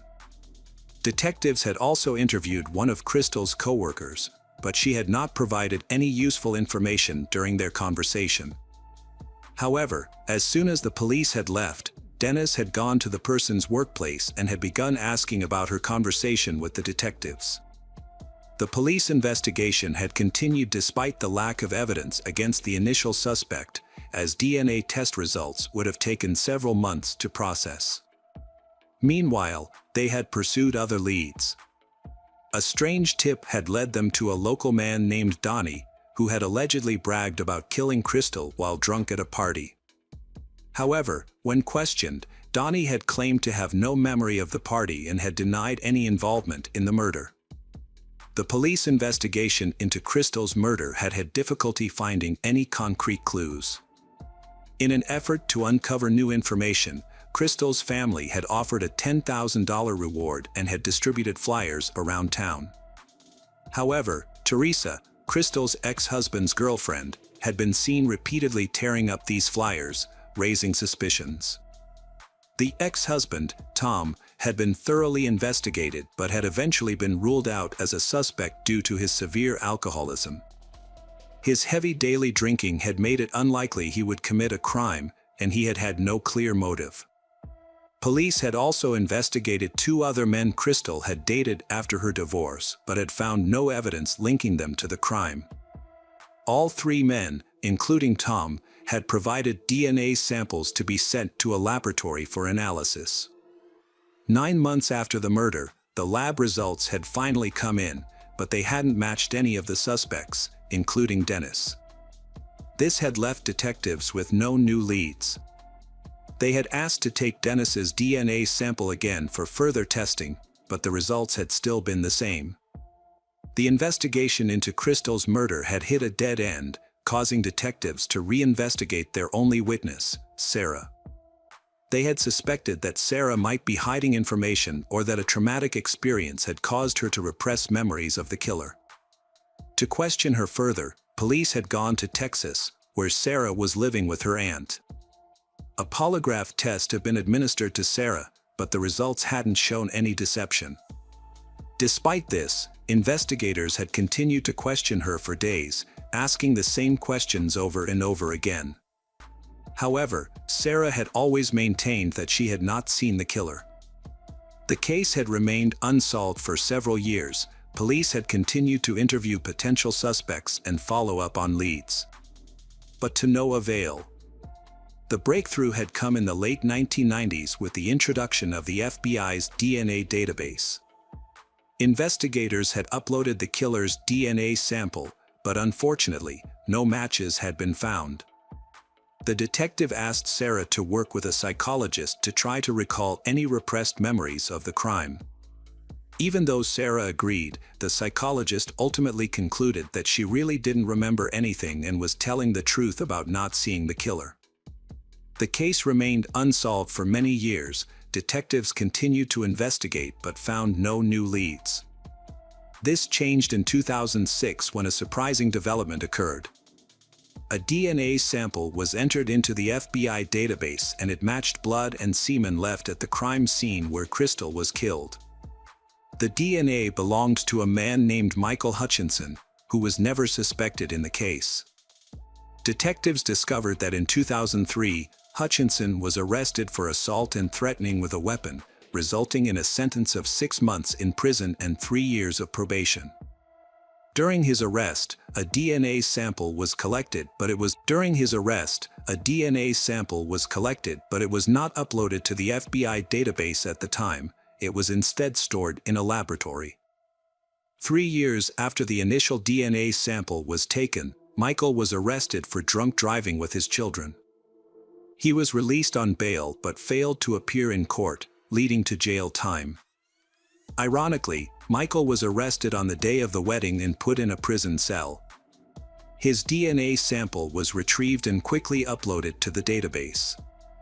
The detective contacted Sarah, informing her of the development, but asked her to keep the information confidential until formal charges were filed. When asked if she knew the suspect, Sarah replied that she did not. Given that Michael was already in custody, the detective carefully built the case to prevent any possibility of him evading punishment.